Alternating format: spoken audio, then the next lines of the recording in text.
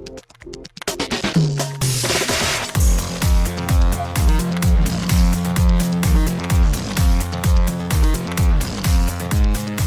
and welcome to Too Fast, Too Forever. There's all kinds of family. We chose this one. This episode 221, Fast and Furious 6, Lap 10. I'm Joey Lewandowski. I'm Joe too, and this episode is brought to you by Brothers Sewing Machines. Set the new trend.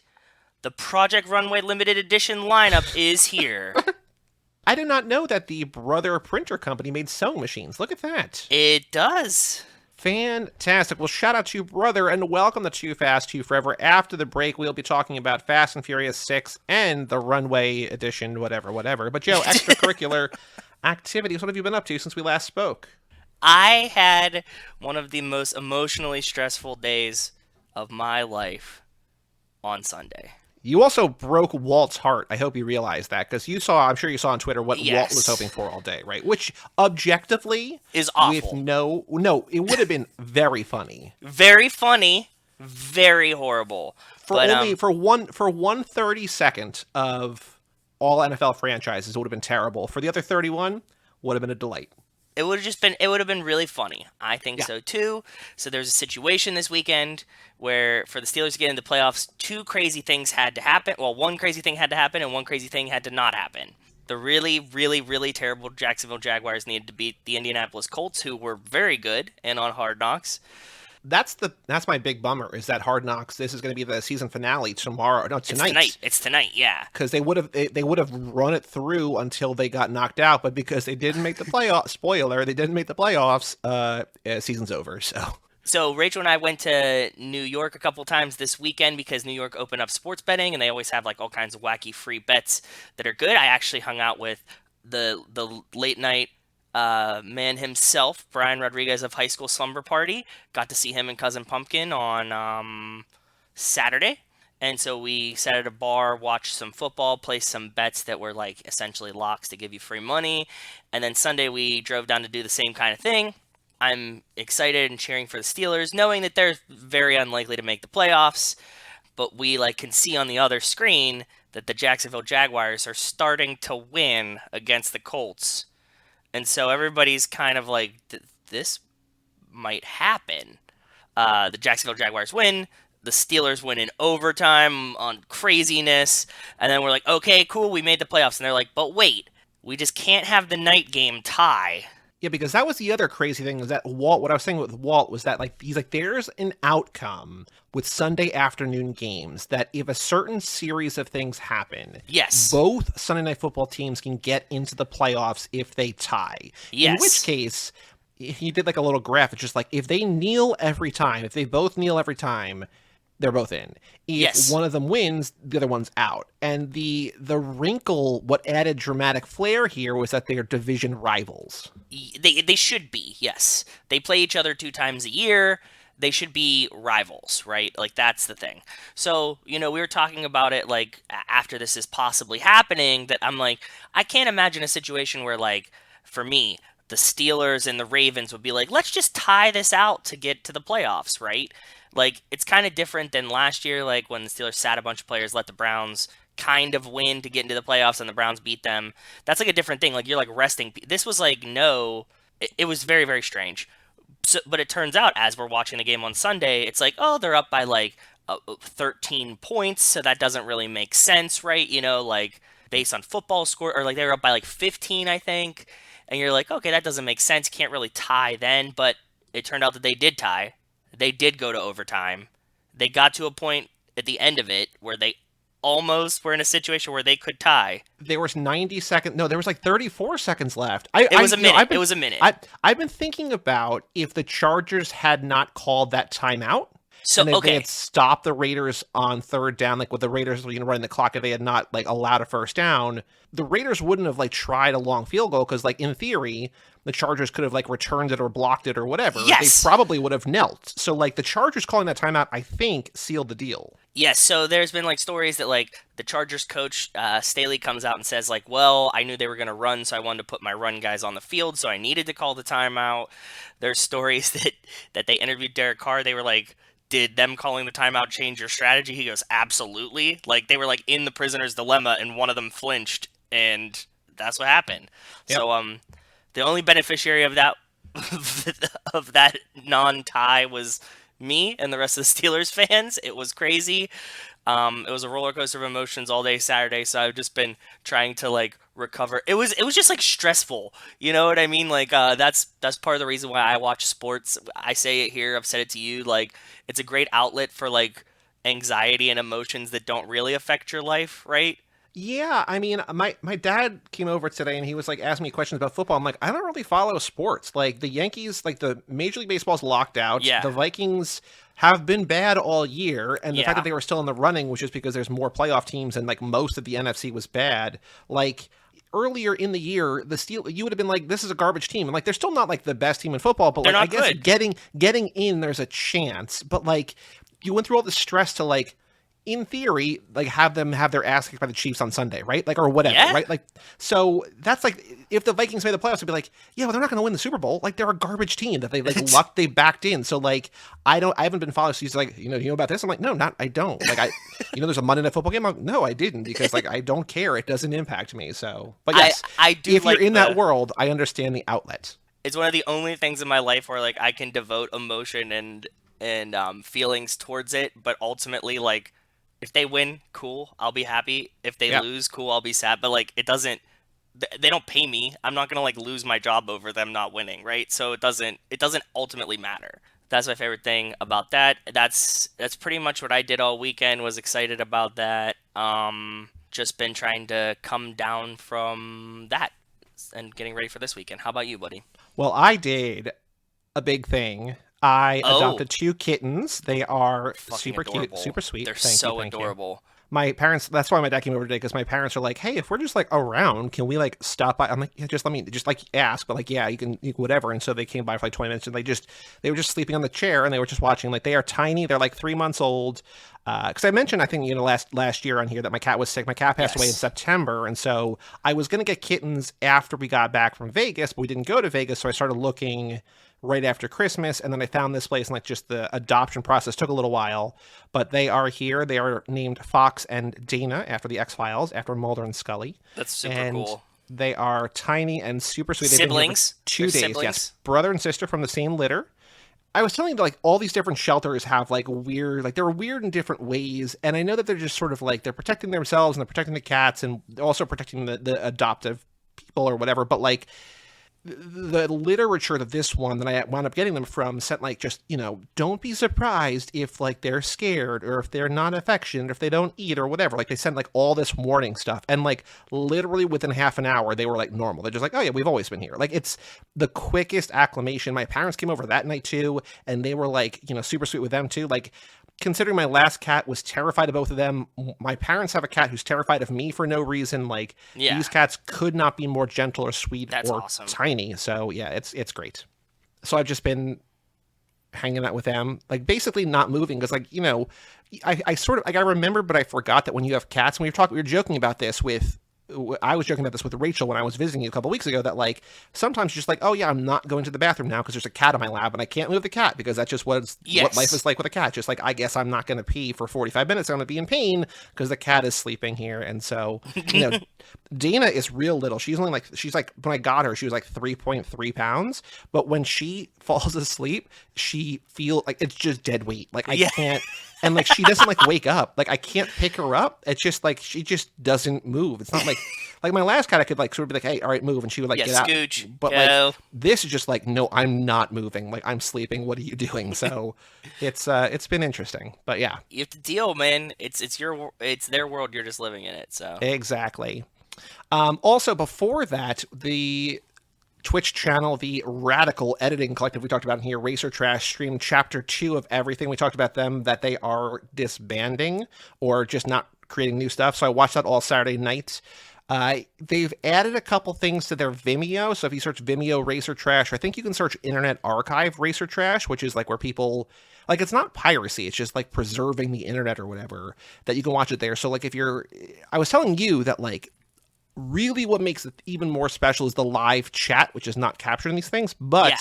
if you've missed these streams, there's going to be at least one more. I'm guessing there's going to be 2 more, just because of how much they have left. Go check out their Vimeo. Go check out the Internet Archive. It's super cool. They stream. But Yeah. go ahead, tell why is this very important? This announcement. So in the middle of Vertigo, or what they call Verta Here We Go, because they have like this, part of the chat is like people type in HWG, like here we go, like when something's about to go crazy. So they had Alfred Hitchcock's Verta Here We Go, VERTIHWG. And so this is one that like people were all about, like Simon Barrett, who wrote The Guest and You're Next and the Blair Witch reboot. And like he wrote a bunch of movies. He's awesome. He did his year-end movies list last year, and he put Verta Here We Go on there. And I'm like, oh shit. Like, so I mean, I know that he knew because like Adam Wingard, who he like is his creative partner, edited for some segments for Razor Trash. I don't know what he did. I want to look him up. I haven't looked him up yet, but like he's involved. So like Simon, of course, knows about it. But on his like 10 or 20 best movies of the year, he put Razor Trash's Verta Here We Go, because it's just like, I never really loved the original. It kind of left me cold, but this is amazing. So I was super excited for this. Also, like right before it, they did Abadook, which is the Babadook, but with ABBA music. And oh my God, it's fucking awesome. It's like 27 minutes. I think that's on the Internet Archive. I think it's so good. But they went from that into Verta Here We Go. I haven't watched, I missed some, whatever. I'm going to watch some that I missed online, but this just feels like everybody's firing on all cylinders. And then all of a sudden they just do a Tokyo Drift thing. And then they go into like a Fast and Furious, like a separate Fast and Furious thing. Yep. And there's like a runner Fast and Furious thing. So I don't know that Verta Here We Go is available online anywhere yet. I don't know if it's on their Vimeo. I don't know if it's ever going to be, but if you can find it, look for it, because it's so good. And just, like what's better than a movie? It's like a movie with other movies in the movie, right? So like you never know what they're going to do. In Verta Here We Go, there's also like a beautiful scene where there's just like a Radiohead song playing when they're like in the woods. And like, this is all right, cool. So it's awesome. So Racer Trash on Twitch and Twitter, just, follow us, and you owe it to yourself. If you like movies, and I'm assuming you do if you listen to this podcast, it's just, it's something that's like other things. And I tweeted about this too, that like David Ehrlich, who I like as a film critic, but I love his year-end videos, he put up his thing on Monday, his top 25 movies from last year. And like, it's totally different things what they're doing, but they're both showcasing their love and passion of movies in editing, right? Like he's putting together this countdown, they're putting together these like weird montages, and I just love it. And like, I love movies, but I love when people are creative and like, the extracurricular activities about movies. So if you can find Racer Trash, if it sounds interesting to you, check it out. Vimeo, Internet Archive, Twitter, Twitch, whatever. The only other thing I wanted to mention is that I've been watching with Bob remotely. Then when we're going to record a lottery pod tomorrow night, we're going to watch the finale. But there was, I don't know if you and Rachel knew about it or watched it, but there's the I Know What You Did Last Summer TV series on Amazon. Do you know about this? No, I didn't know about this. Go ahead. Even Brian didn't know about it. And like, it's a high school thing, sort of, even though it's more college. But obviously based on the book, which led to the 3 movies. The pilot is where a girl is killed and like friends kind of cover it up, and somebody does not like that they covered it up, whatever. It's not good. It's pretty bad. It's pretty dumb. The finale is a terrible rating on IMDb, so I'm very excited for that. But the reason I bring it up now is that one of the executive producers is Neil Moritz, the executive producer of Fast and Furious. So I don't know, there's not really Fast and Furious influence, but like one of the like 2 or 3 main people in creating this is Neil Moritz, who is one of the hallmark Fast and Furious guys. I'm just like, all right. That's very, very strange, and I did not know this, and I did not know that it was him. But it also just got canceled. There's no season 2, so like I don't know why there would be a season 2, but there's no season 2. So this is not a recommendation. Don't go watch it. But if you're like a Fast and Furious Neil Moritz completionist, it's out there on Prime. That's I didn't know about it. So interesting. Yeah, and again, like I was like, Brian, do you know about this? He's like, no. I'm like, well, it's because the first one's a high school movie, I think, right? So yeah, I don't know. Anyway, we got a Patreon page, toofast2forever.com. Shout out to Cassie Wilson, Jake Freer, Ben Milliman, Nick Burris, Alex Ellen, Justin Kleiman, and Brian Rodriguez of High School Slumber Party. Haley Gerbies, Wes Hampton, Christian Larson, Jerry Robinson, Dan the Duke Hayden, Renato DiDonato, Michael McGann, Lane Middleton, Lindsay Lewandowski, and Jessica Collins, a.k.a. Montez. Thank you all so much for supporting us at the $5 a month level or above. Bonus episode coming out either later this week or early next week. So get on toofast2forever.com. Even $1 a month gets you in the door. More gets you cooler stuff, better stuff, and more love from us. But even $1 a month gets you premium episodes, early access episodes, all sorts of stuff. toofast2forever.com. We also have an email address, family@cageclub.me. We got a couple. Can't really. We got emails. They're not great emails. Michael McGann sent in a real email, but I can't really talk about it because this is Patreon pick. But he sent in his pick for this next lap because the patrons also know our themes. Yeah. And I messaged this to you because in our thread with Brian, because I think Brian might be on this because I think he's a fan of these movies, but it's for one of the themes. It's a movie from a franchise, sort of, kind of. He said it's both a blank movie and an anti-blank movie. Like Fast and Furious, the blank are going global. Hopefully this fits the build. If not, I'll pick something else. So I was like, all right, let's do it. Thank you, Michael. I made a joke. Rules? Yeah. Wait, the new about you can pick anything you want? Yeah, that's what I'm saying. So, like, if it doesn't fit it does fit the bill, no matter what. Yes. But, yeah. Also, that's the thing. If you get the $10 a month, you get to pick what we watch. And we've said, if you want us to watch literally anything, you can do that. We just won't put it on the main feed if it doesn't fit the theme. But like, if you want us to watch like random nonsense bullshit, go on the Patreon. So go wild with it. Yeah, exactly. Next email, I sort of spoiled this. I sent this to you and Wes. New comment on Vanishing Point. Always Vanishing Point, always two-lane blacktop. Joseph Valdez commented on your video. You, letter U, talk. Number 2, much. You talk too much. That should be our vanity plate. Like, when we get our nice, cool Fast and Furious cars, it should be you talk too much. U TLK TMCH. So we need like a state that allows 8 letters, which in California I think does. MCH. TLK. That's 4. 2 MCH. MCH is 8. Yeah, exactly. Or we could just do a you talk and then you go too much. Oh, I could be Joe Too Much? Yeah, sure. Perfect. And I'll be YouTube talk. I don't know. That doesn't work as well.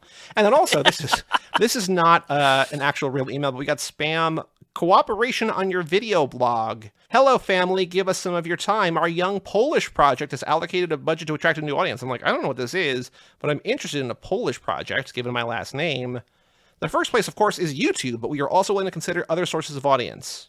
If you're interested, let us know. I think I'm good. 36 Kant Design, so what, at saysnom.cz. So I like that they started out with, hey, family. That started good. I've been getting these emails and I don't know where it's from. It's just like, you'll love this Joey merch. And it's like all things that like are custom designed with Joey on it. I'm like, why would anyone want that? Hyper-specific Facebook-generated t-shirts is like one of my favorite things in the world. Do you know this? I think we've talked about that. Yeah. And there's like a whole Facebook group about them, but I hope that they're like, I'm a Joey that has a podcast, and Fast and the Furious is cool, and X-Files is cool, and I like cats, and like that's the shirt. Yeah, it's like, okay, cool. I won't buy it, but I appreciate it. But they made it for you. You're like the only Joey that is all of these things. Correct. So, you know. You're denying them. The Chinese bots are working hard, and you won't even give them your love. I know. I'm so sorry. But if you want to email in our Chinese bots, family@cageclub.me, whether you're a person or a bot, family@cageclub.me. We'll read on the next episode. Joe, on the streets, news about the Fast and Furious. I've got a bunch of things, most of which have been sent to us on Twitter. But other than those, have you seen anything? Have you found anything online or any news about the Fast and Furious this week? I found something kind of adjacent that I tweeted about yesterday, and I talked to you about. Oh, yeah. That John Cena was promoting Peacemaker. He was actually fucking everywhere. This is really funny. He was on the Pat McAfee show yesterday, which I watch all the time, and he did an interview with Pat, which was amazing. If you go watch some clips, it came on very genuine and sincere and humble to me, which just made John Cena be even cooler than we ever thought that he was. He seemed like he was very reverent about his role in being an entertainer, much like The Rock is, you know what I mean? It had like very similar vibes like that, and he was just like, you know, talking about his character as a wrestler of John Cena, and being in Peacemaker, and how cool that is to him, and just like all of those bits and pieces. But he just seemed like so awesome and really cool with dealing with them, because, you know, they're kind of goofballs, so it was nice. And that's available to watch on YouTube, right? Yeah, I'm sure that they clipped that. Yeah, all the Pat McAfee shows are on YouTube, so it's from that day. You could just skip to find it, but they also clip out like some of the important interviews and clips and stuff, so I'm sure that there's just like a clip of the actual just interview. It was funny though because then we turned that off and we had like NBC on the TV because I streamed that from YouTube, so I changed from my computer to my TV, and he was on Ellen as well. And I was like, guess he's just doing the junket today. It was like his, promo day that he must have been on like Pat McAfee for 20 minutes, something else for 20, and like we eventually get to Ellen. And as I turn off Pat McAfee's show a couple hours later, he's like doing Ellen at that moment. So that was cool. But I want to check out Peacemaker. It seems like John Cena's really into it, and we like him a lot, and so it was awesome. It's frustrating and outdated, but there's a double standard that's also kind of funny in that, like, he could probably wear the same outfit everywhere he goes and people don't mind. But like, if you watch like Anya Taylor-Joy doing junkets for like Queen's Gambit or for whatever, like I follow her on Instagram, and she'll do like 8 interviews in a day and have 8 wild outfits. And it's just like, okay, not only do I have to do another interview or talk about the same bullshit, but I have to like, yeah, hair and makeup and costume completely different. But John Cena's just like, yeah, man, I'm just in a t-shirt and jeans or whatever, and like, it's cool. No. Like, I'm just a dude, right? So no, so he showed up to Ellen in normal clothes, but he did the Pat McAfee interview in the Peacemaker costume. Oh, right. Well, maybe he has 2. Maybe it's just like, do you want me to be the guy or do you want me to be myself? And I'm like, well, yeah. But I'm glad that he's still like working in acting, right? Like that's the main joy of this is like, keep getting jobs. You're an awesome dude. And he was like talking about how he's done like, like he likes playing characters that challenge him in the sense that like, do you want to be like a horny vacation guy, like from Vacation Friend, like these kind of things. And like, he likes kind of extending his boundaries, which I think The Rock does too. And that's awesome that these wrestling guys got into acting, and it makes me really happy. Anything else that you have seen, or are you ready for the things that I found? So tell me.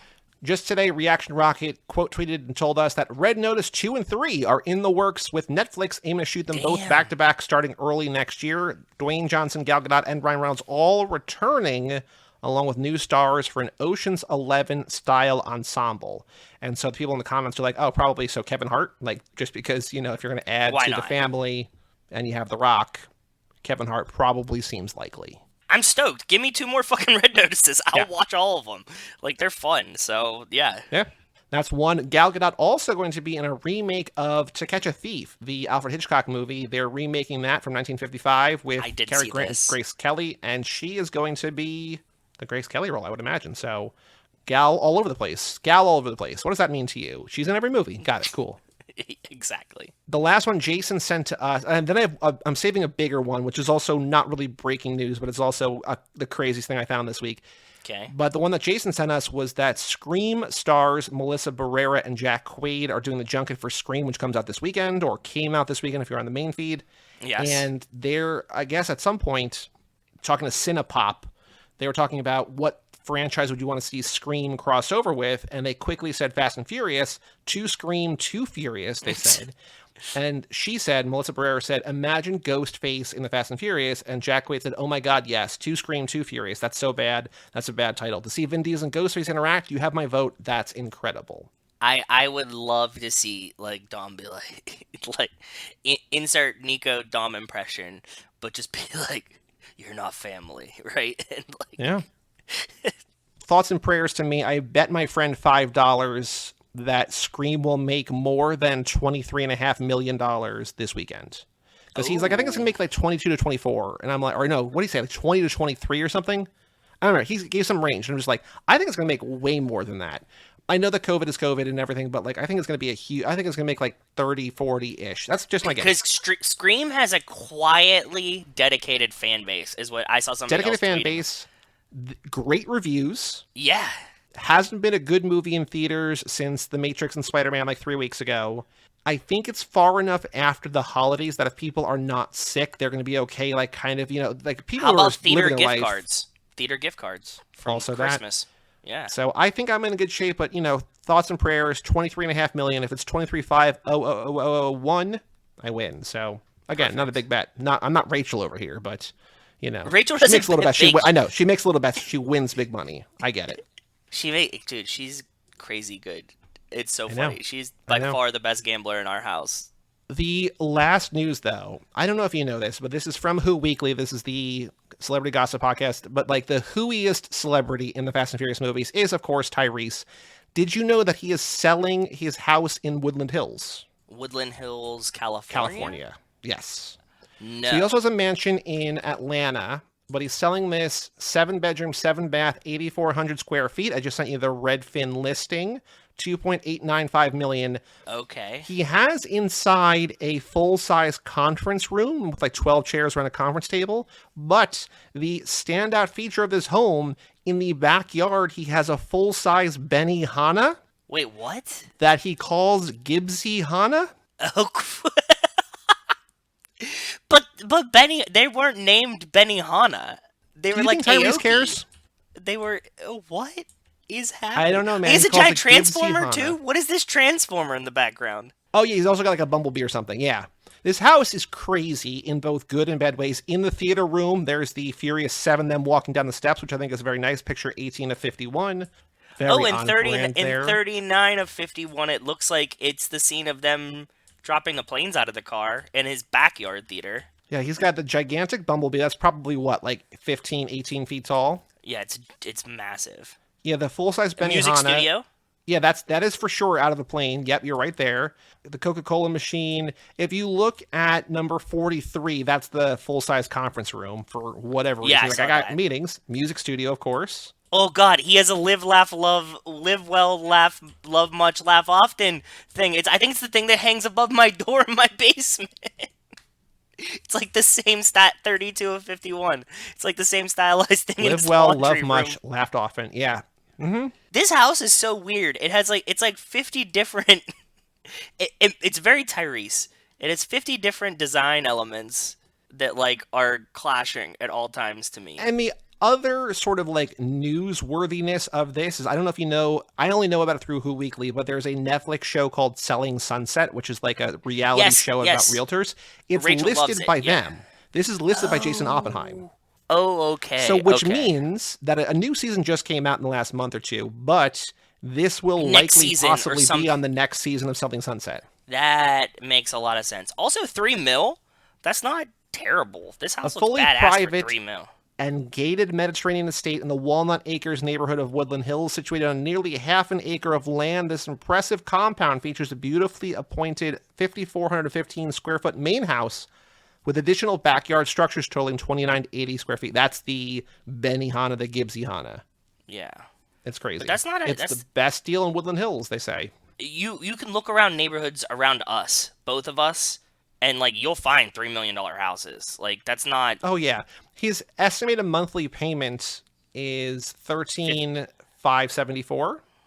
Yeah, which is roughly, it's not a year's mortgage for me, but like it's close to a year's mortgage for me. So also his lot size, no, that can't be right. Lot size is 0.43 acres, but maybe it is. It's a weird, like if you see on photo 3, do you see that? Like it's a weird, like it's a long, thin strip of land. Let me look at the start. I mean, the beautiful sunset, the first 2 pictures, but the number 3, it's like crazy. Yeah. Like that's a weird plot of land, but like they made do. They did. It's definitely front. It's like front to back, like east to west. Like it goes a long way, but it's not very wide. If you want to look, his name I don't think is on here, but if you want to look, just search Redfin, Redfin, the realty site, Redfin Tyrese, and it'll show up. It's a Woodland Hills home. You can't miss it. Like look for the one with Benihana. 23123 Oxnard Street. Isn't Oxnard? Have we had Oxnard in one of these movies? I so thought the same thing. I don't know. It's not in the second minute document. Let me see in the first one. I mean, it might just be a California word, right? But like it feels like we've talked about that word on this podcast. But I do feel like we might have said Oxnard before. I thought it, but I didn't want to say it out loud because I wasn't sure. No, I don't think so.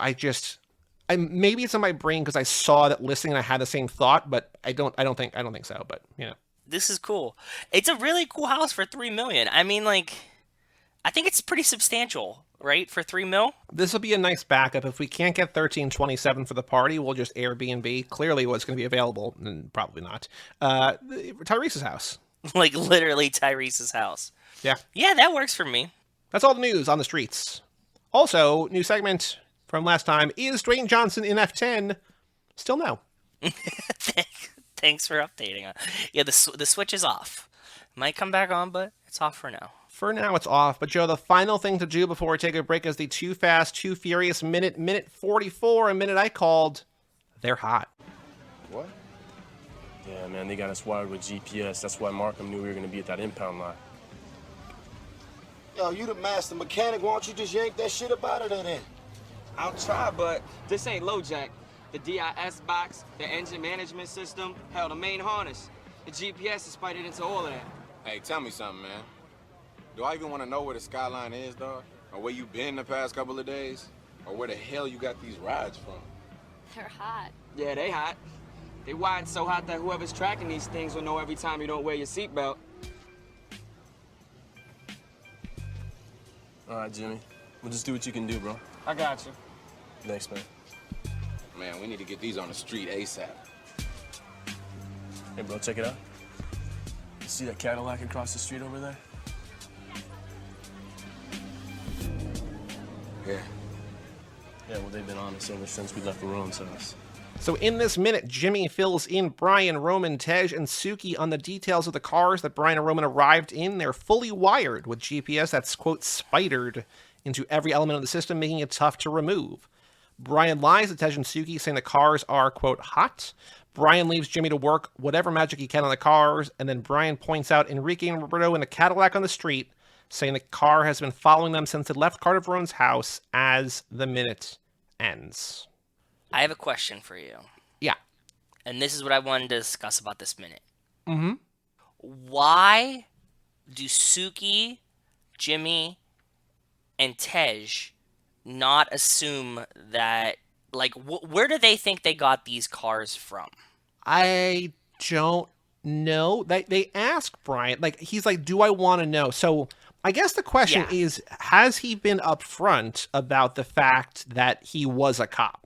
I doubt it, because they're kind of running like minor criminal things. Right. That's what's interesting here, because they asked Tej, like, do I want to know where the skyline is, or where you've been the last couple of days, or where the hell you got these rides from? And what I thought was interesting, after he says, you know, whatever, and Suki says they're hot, he's like, we got to get these on the streets. You know, like in so many movies, you're like, we got to get it off the street. Like, it's hot. We got to get it off. We can't, like, we got to get it out of the public eye. But he's like, I want to get them the fuck out of here. Like, he knows that these are potentially trouble. No. I perceived that as Tej saying, we got to start racing these. They have a lot of upgrades. We got to get these on the streets to make money with them, because you guys will kill it. Interesting. That might be true. I guess, man, we got to get these on the street ASAP. Because I took it as he was worried and wanted to, like, get rid of it. Because, like, if Brian knows they're hot, and, like, the whole worry here is that they're easily trackable, right? Which is why Roman know, like, where that's where Markham knew we were at the impound lot. He knows the cops are tracking these. So, like... No. So this is my theory. Okay. Brian says they're hot, implying that they're stolen. Okay? Right. Correct. But they're wired for GPS. I think that Tej knows that these are possibly going to be cars used to mule drugs for the cartel, and that's why he's like, do I want to know where the skyline is? Do I want to know where you've been the past couple of days? And do I want to know where you got these cars from? So here's the question then, and this is just my ignorance, and I don't know the answer. What? If they're going to be mule cars, does it make sense for them to be so flashy? I think it's like hide in plain sight type thing. I don't know. You think? Yeah, like, you know, like you're going to be like, oh, these guys are just racing tuners. Like, they're street racers, not that they're drug mules. Because I feel like that's fair, but I also feel like if you see tuners, like, it's going to draw a cop's attention, I think, instinctively. Because it's just like, if at the very least, they're probably speeding. But you can outrun them. Yeah, I mean, especially if you're in Tokyo. No, I mean, like, just, they did it on the highway, right? Like, they will. I don't think there's cops on that first race, but no. So that's interesting. Yeah, I don't know. I guess yours makes a little bit more sense. I can sort of still see it either way, that Tej is, like, worried about them or excited about them. I like that there's two different options here. I think that's kind of cool. Because if he did have a suspicion that they came from the cops, that would, like, I think he would have a much different reaction, right? Yeah, I guess he thinks Brian's getting into trouble and, like, should I be worried about having you here? But I guess also trouble could be cops, but yeah, I don't know. I genuinely don't know. Like, if they were like, oh, man, like, whoever, like, if like, man, these cars are wired by cops. Where the fuck did you get these cars, and why are you dealing with cops? You know what I mean? Like, they're gonna find these. Then it would have been like, we need to get these out of here. Yeah, I guess it is like, hey, we're all criminals. I know you're probably up to some shit that you can't talk about. I'm not going to ask. I know that I'm not going to ask, but I'm going to let you know that I'm not going to ask, but we should have some fun with these. Yeah. Like let's Okay. let's beat them up a little bit before they go back to wherever they came from. Because if they are like drug mule cars and he is picking up on this and he is being like, you got these some kind of way, then he's like, well, let's race them because they're going to smash them or get rid of them as soon as you're done with this anyways, right? Right.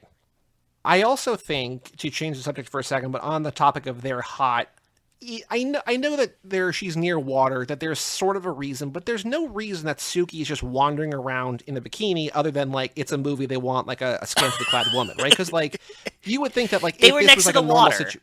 Yeah, but still, like, you would have a towel or, like, a thing around her waist sarong. or something. Yes. Yeah.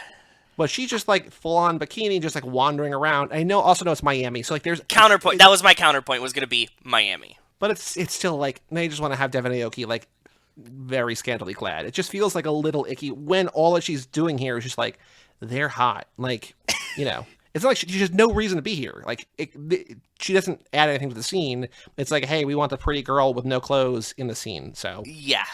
but what did you notice? You have two cars. You have the Cadillac that Enrique and Roberto are in. But what's the other car? What's the Acura? Where is that?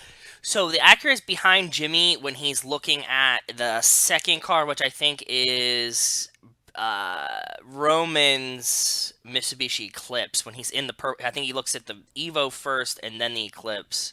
Is the Acura the one with the crazy, like, Louis Vuitton Dolce print & on the hood. Gabbana thing? Louis Vuitton print on the front. Is Yes. Louis Vuitton. Because there's also the truck that has the same print. Yes, which I can't find I can't confirm what kind of truck this is. And I mean, like, I'm not a big truck guy. All these kind of trucks look the same. I searched Tej's truck. I searched Tej's Louis Vuitton truck. I looked through the car movie database.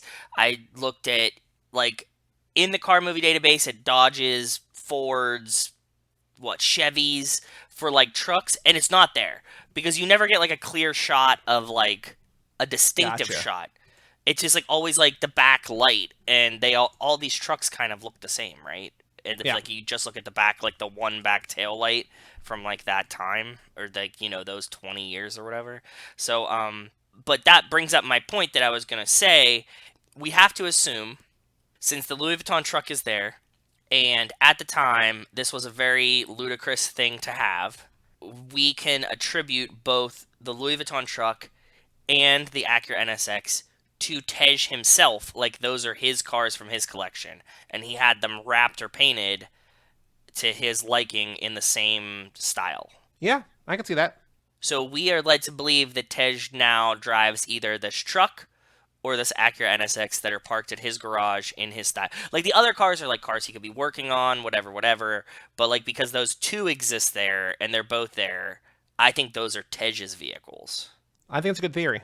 I got no better. It's either like a random person or Tej's. Like, it's more fun if it's Tej's, right? So, Or they're Ludacris's, and because Ludacris exists in this universe, Ludacris dropped them off at Tej's garage. right. The rapper Ludacris with songs on the soundtrack, yes, has it there on site. That's the most likely answer, actually. I think the only other note that we have in the document from this minute is that I think I probably alluded to this before. I don't think I've ever come out and said it, but, like, the track names for the score are so on the nose, but that's great because it's super easy to find it on the YouTube, like, upload. But this is just called Windshield on Fire. I'm like, oh, I know that scene. I know exactly what the song is. Like, I don't even need to listen to the song to confirm because it's the only one, because they're going in order, but it's just like, oh, okay. Because the last one we had was The Job Negotiated, which was with him and Carter Verone. And now Windshield on Fire, because you know what's coming in the next minute or two, right? So... Yeah. I want the Alicia Keys remix to that song.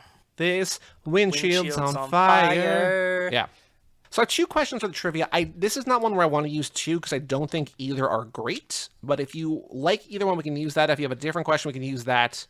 What car make have Carter Verone's men been sailing Brian and Roman in, which is a Cadillac, which is what we talked about? Or one of our classic reversals, which car element is a GPS not wired into?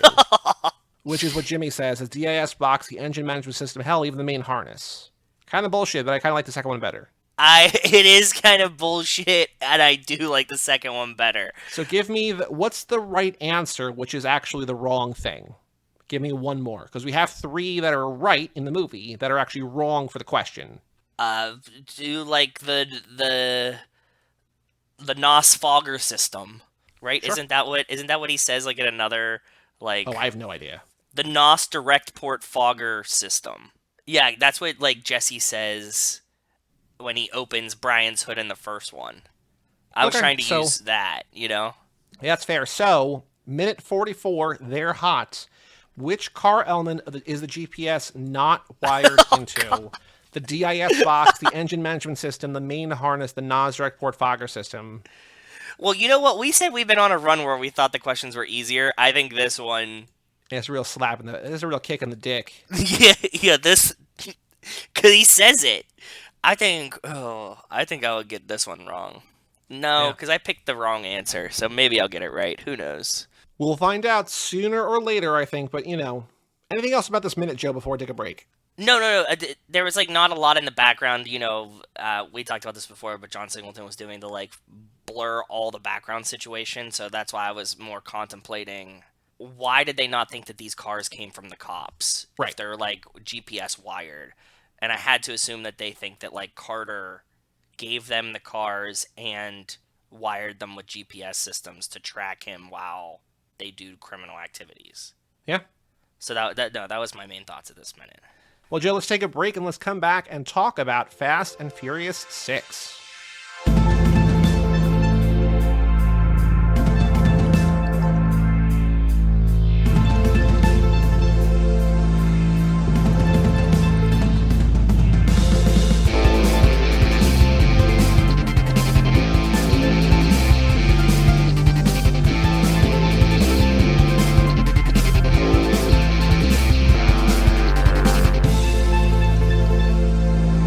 Welcome back to Too Fast, Too Forever. This is episode number 221, Fast and Furious 6. I remembered the title correctly this time. This episode is brought to you by Brothers and their Project Runway Limited Edition sewing machines. The NS85E will ignite your passion for fashion. Shout out to Brothers. Well, shout out to you, brother, and welcome back with us tonight to talk about Fast and Furious 6. She has written about the Fast and Furious for The Wrap, for Yahoo. Maybe I'm also missing some. We'll find out very shortly. But with us tonight, we have Meriah Doty Treviño. Hello, Meriah. Hello, and shout out to Project Runway. I'm a huge fan, so that's awesome. The world's longest Project Runway. Well, welcome. Yes, way to tie it together. So happy that you're here. So now you have written about Fast and Furious for multiple websites. That's how we found you. We love the listicles. We love, because again, we've done 221 of these. So I know most of those things, but some of them were new, and also the infographic you put on one. So Yep. Oh, yeah. I guess. Oh, my gosh. You guys have read my work. Oh, yeah. So my question to you, because we've gotten both sides of this from writers who have covered the Fast and Furious. Were these pieces that were assigned to you, or was it like hey, someone needs to write about the Fast and Furious because a new movie is coming out, and you're like, ooh, pick me. Like, how did it come about? How big of a fan are you? What's your history with the franchise? Sure, yeah. Well, my entry point, and I'll be, completely transparent, I started working at Yahoo Movies, and they said, we need someone to go to London to the Fast 6 junket. Can you go? Can you go to London? And I'm like, I'm just new at the job, and I'm like, wait, I get to go to London? Yes. Do you like Fast? Of course, I love Fast and Furious.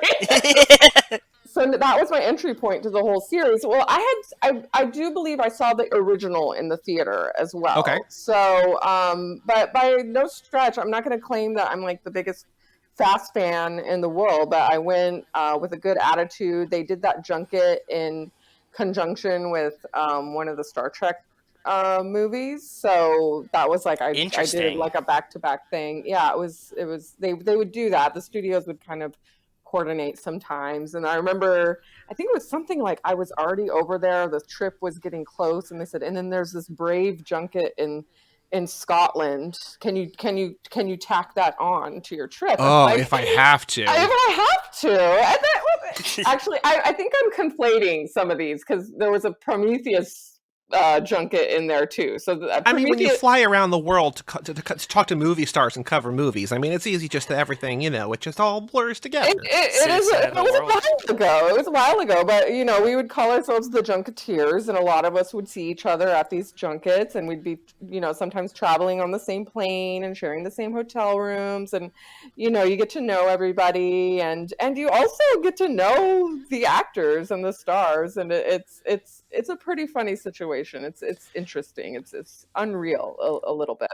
We have one writer on a couple laps ago who talked to Luke Evans, who plays Owen Shaw in this movie, like for 4 different movies, and he started remembering her by the end because it's just like, oh, it's you again, like, you know, because they wouldn't talk in between, but just like, oh yes, here's my new movie, and here you are again. So it's a weird dynamic that like you don't think of, but I guess it's a thing. Benedict Cumberbatch and I, we knew each other, you know, a little bit. Like, I'm not gonna say we knew each other, but like he knew who I was, so we would, you know, see each other at these interviews and the junkets. And when he was like, he was actually very happy to see you today. I could tell, and it was like, you know, we've seen each other a lot over the past few years. When he inevitably wins Best Actor for Power of the Dog, I will expect him to thank you in his speech. Right. Oh my God.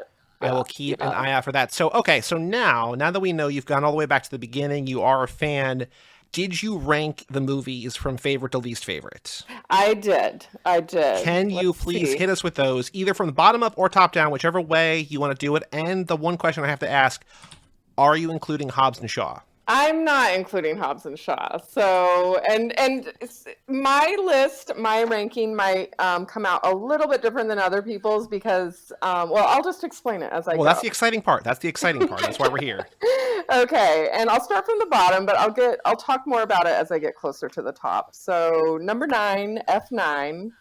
Number 8, Turbocharged. Number 7, Tokyo Drift. Okay. Number 6, The Fate of the Furious. I love Charlize Theron, but I don't like her with dreads. Just saying. Fair.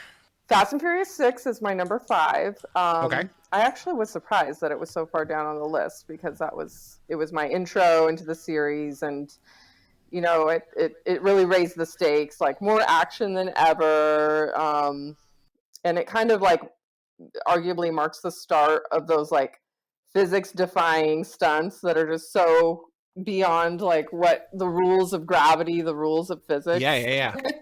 Number 4, Too Fast, Too Furious. And here's one I think is a little bit underrated. John Singleton, you know, the director. Sure.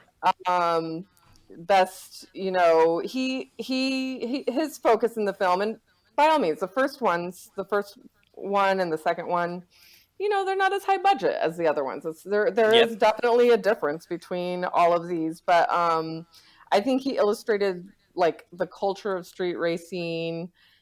This one's the most grounded in reality of the series. There's real humans. They're not archetypes. And it's also introducing Tyrese, who Singleton had worked with at a prior movie. And Tyrese, baby boy, right? Yeah, Baby Boy, exactly. 2001, I believe. And Tyrese, I was actually surprised because I've watched these, you know, out of order. So Too Fast, Too Furious, I watched well after I'd seen the other ones, and I was bowled over by his acting performance. And then I'm realizing, oh wait, Tyrese worked with John Singleton before, and you know, it made me realize I think he's a little bit underutilized in the series now. Like, why don't we see more Tyrese storylines? He's got the acting chops. Well, he's going to be a detective in Morbius, coming to theaters eventually. So, you know, well, and so it'd be nice to see like a second wind of his career. I think, for sure. I think he's owed. And also Eva Mendes, she's in the movie. Yeah. And it also has a nostalgia factor. It's so old by now. It's just fun to see these actors in as you know, when they were younger. And then Furious 7 is my number 3. Not only is it a great popcorn flick, but Paul Walker's send-off is absolute perfection. I got chills, you know, as I watched it for the first time in theaters. Fast 5, my number 2. It is, you know, pretty much and this is the surprise part because you're wondering why is it not number 1? Because objectively, it is the best film of all of the, you know, Fast films. Correct. But I am a nostalgia junkie. So for me personally, Fast and the Furious, the original is my favorite. I also did a lot of research about that film, and I interviewed the Rob Cohen. director, Rob Cohen, and found out a lot of fun factoids about it. Used to live just like a couple miles away from the original Fast and Furious house in Echo Park, Los Angeles. All right. Did you go there? I did one day because I was doing a bunch of research. I was writing all these stories about Fast and Furious. So a friend of mine was over at my house in Silver Lake. I go, let's go see it. Let's go see it. So we get in my car and we drive over to Echo Park, and I'm like, that's it, that's the house. And I roll down my window. I go, ride or die. It was fun. I highly recommend it. I don't know if you guys have ever seen the house. If you ever come out to LA, you should go see it. You should go check out the house. I mean, you're invited. We don't have the logistics in place yet, but on January 3rd, 2027, so 1327, their address, the movie address, not the real address. We are going to have a party there. Hopefully we are invited. Hopefully they don't know that yet. They don't know that yet. But you are invited, so you please join our 1327 party. Oh, heck yes! Oh my gosh! So yeah, and when I interviewed Neil, he just couldn't go on enough about how much fun it was filming in the house, and how Vin and Michelle kind of had the hots for each other apparently, and then Paul had a crush on Jordana, and so it was just funny to hear about all of that, because that was at the very beginning.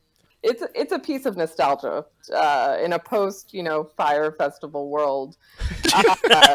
Seeing Ja Rule, in scenes now is like extra hilarious, and his scenes kind of all seem to revolve around like the party aspect of it. So it is a bit of a grand irony. So here's a question we don't ask everybody. We've asked some people, but I think based on the way that you distinguish between favorite and best and the way that you rank them, one thing that Joe and I always talk about when a new movie is going to come out, so we did before Hobbs and Shaw, we did before F9, because those are the two that came out while we were doing this. What do you think the odds are that with one of the two main movies that we have left, 10 and 11 or 10-1 and 10-2, whatever they call it, what do you think the odds are that it will be better, critically, structurally better than 5?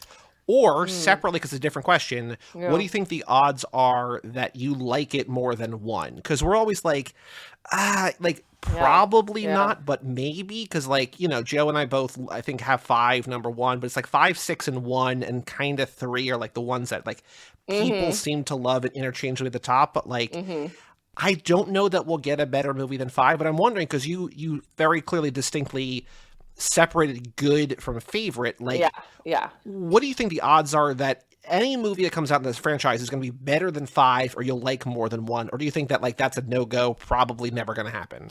I would, I don't want to be skeptical, but just from my personal taste palette, and then also knowing, critics, probably not. These things have taken on a life of their own, and it's like almost an amusement park ride at this point. Yeah. So it's that is, and it will continue to make billions of dollars if it continues on that track. So for it to pull back and do no, we're gonna do the backstory of Toretto. We're gonna tell a story. Yeah. We're gonna do I don't know, I can't even make anything up. We're gonna have him running a nonprofit for poetry jam. Yeah, exactly. No, I don't. Yeah, they're not going to go in that. There's no reason. Oh wait, unless Vin Diesel, he's a major producer on the film. Unless he's hell bent on winning an Oscar or getting nominated, he's like, this is the one I'm going to get nominated for. F10 in black and white, directed by Vin Diesel. Yeah, it's a silent film. Yeah, co-starring Johnny Depp. No, we don't know that that's not going to happen. It could happen. I don't know. It might. We don't know. So now, before we talk about Fast and Furious 6, we have some very difficult either-or questions. Are you ready to find out? So we learn a little bit more about you before we talk. Okay. Are you ready for some questions? Yes. Would you consider yourself more of a Brian or a Dom? You can also explain these answers or not. It's totally up to you if you want to remain a mystery or whatever. More Brian, more Dom. It's a little bit of both, but if I have to choose, I guess it would be Dom, mainly because Brian is so cool and laid back, and it's at a level I could never achieve. So he's just the pinnacle of just like cool California guy. You know, it's nice to have a pro-Brian sentiment on the podcast. I feel like that's sometimes hard to come by. Oh, Yeah. What? Yeah. Cole Walker. I know.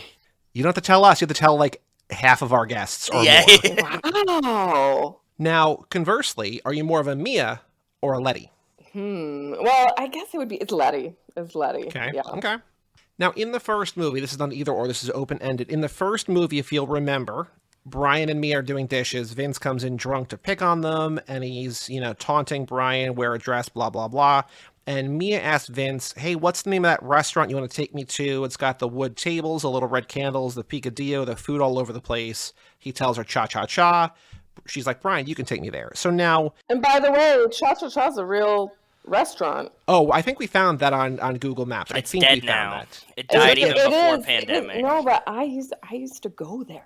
No, It like was before a the couple movie? blocks. It was not before the movie. It was a couple blocks from where I lived. And, Was it good? Yes, it was Caribbean style food. Ooh. Yeah. Did you have a go-to dish there? And they served, Like, what did they you served get? really great sangria, and I got paella there one time, and Did you have like a go-to dish there? Were you like, oh man, you know what? The paella there is the best. Like, what was your favorite thing that you ate there? I remember with everything they would serve like fried plantains, and it was just like that was just mouth-wateringly good. Yeah. Joey, with everything they served fried plantains. Yeah. We might have the answer to this question. We might. So here's the question, and this, again, it might definitively solve it. I listened previously, so I know what the question is. Yeah, so, Mia describes food all over the place. If we say to you a restaurant has food all over the place, what does that mean? Is that a good thing? Is that a bad thing? Is that a worrying thing? Are you excited about that? What does the phrase food all over the place mean to you? It's perplexing, honestly, and I wonder if it was a line flub, if she messed up her line and they just kept it in because they were on a tight schedule. It was like the lowest budget movie of all time. With the food, what do you mean? Is it Italian? It's not descriptive. Unless it's a place where they allow food fighting, Yeah. Okay. Food Which fighting. is not. I allowed. can confirm. I went to Cha Cha Cha. So. But I think that you're saying that they serve fried plantains with everything. That might actually be the ticket. That might be the real answer. The food all over the place. Yeah, It's got those plantains all over the place. exactly. Mariah, are you more of a Tej or a Roman? Let's see. I guess Tej. I'm a Ludacris. I like Ludacris, and I was into some of his music back in the day. So now I think I know where you're going to go with this next question because of where you live. Are you more a fan of In-N-Out or Whataburger? In-N-Out. And we had this debate because my husband is from Texas, so he wanted me to try Whataburger. We went to Austin. I tried it, and I definitely In-N-Out all the way. Thank Now, you. so living in LA now, does he still prefer Whataburger or is he like In-N-Out more? Is he converted? He seems to not want to really take a side because he has. Oh no, that means that means he likes In-N-Out more. He doesn't want to betray his state. That's what that means. Exactly. Yeah, he has friends right. who are very passionate about this debate. So That's fair. But we did let our daughter is 2 years old, and when she was a baby, she got Whataburger onesies. So there were some onesies that were sent to us from his friends, and That's very cute and I very allowed her to be hilarious. photographed in them. Yeah. Now, Mariah, we are going to pull a job. I'm actually going to go out of order a little bit here. We're going to pull a job. We need to go steal $30 million. We're going to split it 3 ways. Are you in the field doing the work, or are you back in HQ like Ned in the Spider-Man movies as the man in the chair? Are you a racer who's out in the field doing the thing, or a designer back in HQ? Gosh, it depends on what level of how much experience I have in the field, because I would do both. It's just if I was very experienced, I would be in the chair, and if I wasn't, I would be in the field. So since I okay. Well, just kind of, I think of it as like reporter editor. Like, when I didn't have as much experience, I was reporting more, and then when I got more experience, I was editing, Fascinating. and guiding. Because I would think that you would want the people in the field to be the more expert, but I guess you're right. The support. You're right, I think though. Actually, you bring up a good point. I'll write down both. That's fine. There's always a door number 3. So now the good news is that we were successful on that heist. We sold the $30 million. We are going to go to Las Vegas or Rio or Monte Carlo, wherever we're going to go. We're going to put it on roulette. Are you putting your money on red or are you putting it on black? Red. Uncommon answer. I like it. Are you more a fan of American muscle or Japanese imports? Or just any imports, but specifically Japanese? See, that's tough because general imports, yes. So just say import, meat imports, because my first car was a 79 Super Beetle Volkswagen convertible. So import. Joe, between imports and Whataburger, I know we're in and out. You know, I know where things are coming down this episode. I know that I'm outnumbered. That's totally fine. I know. Is the word oil one syllable or two? Interesting. Oh, I would have. Oh gosh. Technically, the answer is 1.5. It's a diphthong, but for the purposes of this argument, 1 or 2. I know. I would have instantly said 1, so I'll just go with my first response. But then when I thought about it further, it's like, oh, it could be 2. So put me down for 1. Okay. Sorry, I'm being so indecisive. I'm not. No, that's fine. Sides. I think there's a certain element of like you're going on a podcast to talk about Fast and Furious, and we're talking about the way words are pronounced and hamburgers and just all of the nonsense. So like, more a fan of Corona or Belgian ale? Well, I'm a rosé person, but I'll go with Belgium because if I had to drink beer, that's the way I would go. On that job that we pulled, you were out in the field. You're like, I got to get out there. And we're like, Meriah, we need you to distract the room as best you can, the way that only Meriah can. We need you to sing a song, karaoke style. What song are you singing? What is your distraction song so that me and Joe can go in the other room and do some stuff? For Your Love, the Yardbirds. I like that. I have a whole little dance kind of I do to it too. So you have a dance number too. So that would well, not a full choreographed thing, but I have some moves that I want to do the karaoke to it. And the important thing is that the streak continues. That is another new song, another unique song on the playlist. So there we go. Okay. So now if you listen to an episode, you know that this is another open-ended debate, which doesn't really have an answer, although we kind of have it narrowed down. In the 7th movie, Roman says to the group, he's bragging, I shot that shit out the sky, but bow. And Brian says, the only thing I've ever heard you take down is no knees to knees at prom. And he says, really, Brian, you gonna do that right now? So if you hear a person described as having no knees, what does that mean to you? Is that a good thing? Is it a bad thing? Is it something like, ooh, that's mysterious? Or what does that mean? No knees blank, no knees Denise. You took down no knees Denise. Well, I mean, I listened to the last one. I have to agree. It does sound like a reference to a sexual activity, but and it's interesting that that line shows up so late in the series, and after the Me Too movement, honestly, because it's either way you interpret that line, it's kind of objectifying women. Joe, have we had like positive connotation? Like I feel like people have been like not negative, but I don't know if there's a positive way you can spin it. No, it's derogatory in any way. It doesn't mean anything, but it's derogatory. It's just words that are just like weird. Yeah, very odd. So the two lines you've pointed out, like that restaurant with all the food, and then those are two very like head scratching lines. Well, that's the thing. What happens when you watch these 6, 7, 8, 9, 10 times? It's like I don't really care about the like tank scene anymore. It's like what lines did they maybe get wrong? What does that mean, right? So that's what we're all about. Well, that's what leads me to want to ask you. What made you to commit to wanting to watch these over and over and over? We had done some other projects and stuff, but I had watched the Fast and Furious over and over and over, and it's always on TV. And I was like, I love these. And Joey was like, I love these too, and we're like, oh, that they're pretty interesting, and like they have a weird arc that doesn't make a lot of sense, and like all the movies are very different, and it like follows a strange path, and so we were like, could we watch these forever? Like, would you ever get sick of watching these movies? Is pretty much the general like baseline thing, and that's what we're trying to figure out. Between me and Joe and me and another guy on the network here, we've done a different like actor-based podcast where like Joe and I did Zac Efron, and like some, we pick actors that we love and that we love a lot of their movies, but like inevitably an actor you like is not going to only make good movies you love. So like after sort of beating our head against the wall for a while, we're like, what if we only watched movies that we liked? Yeah. And so this was a nice kind of like, it was a right amount where you could sort of cycle through and like cut things in. So.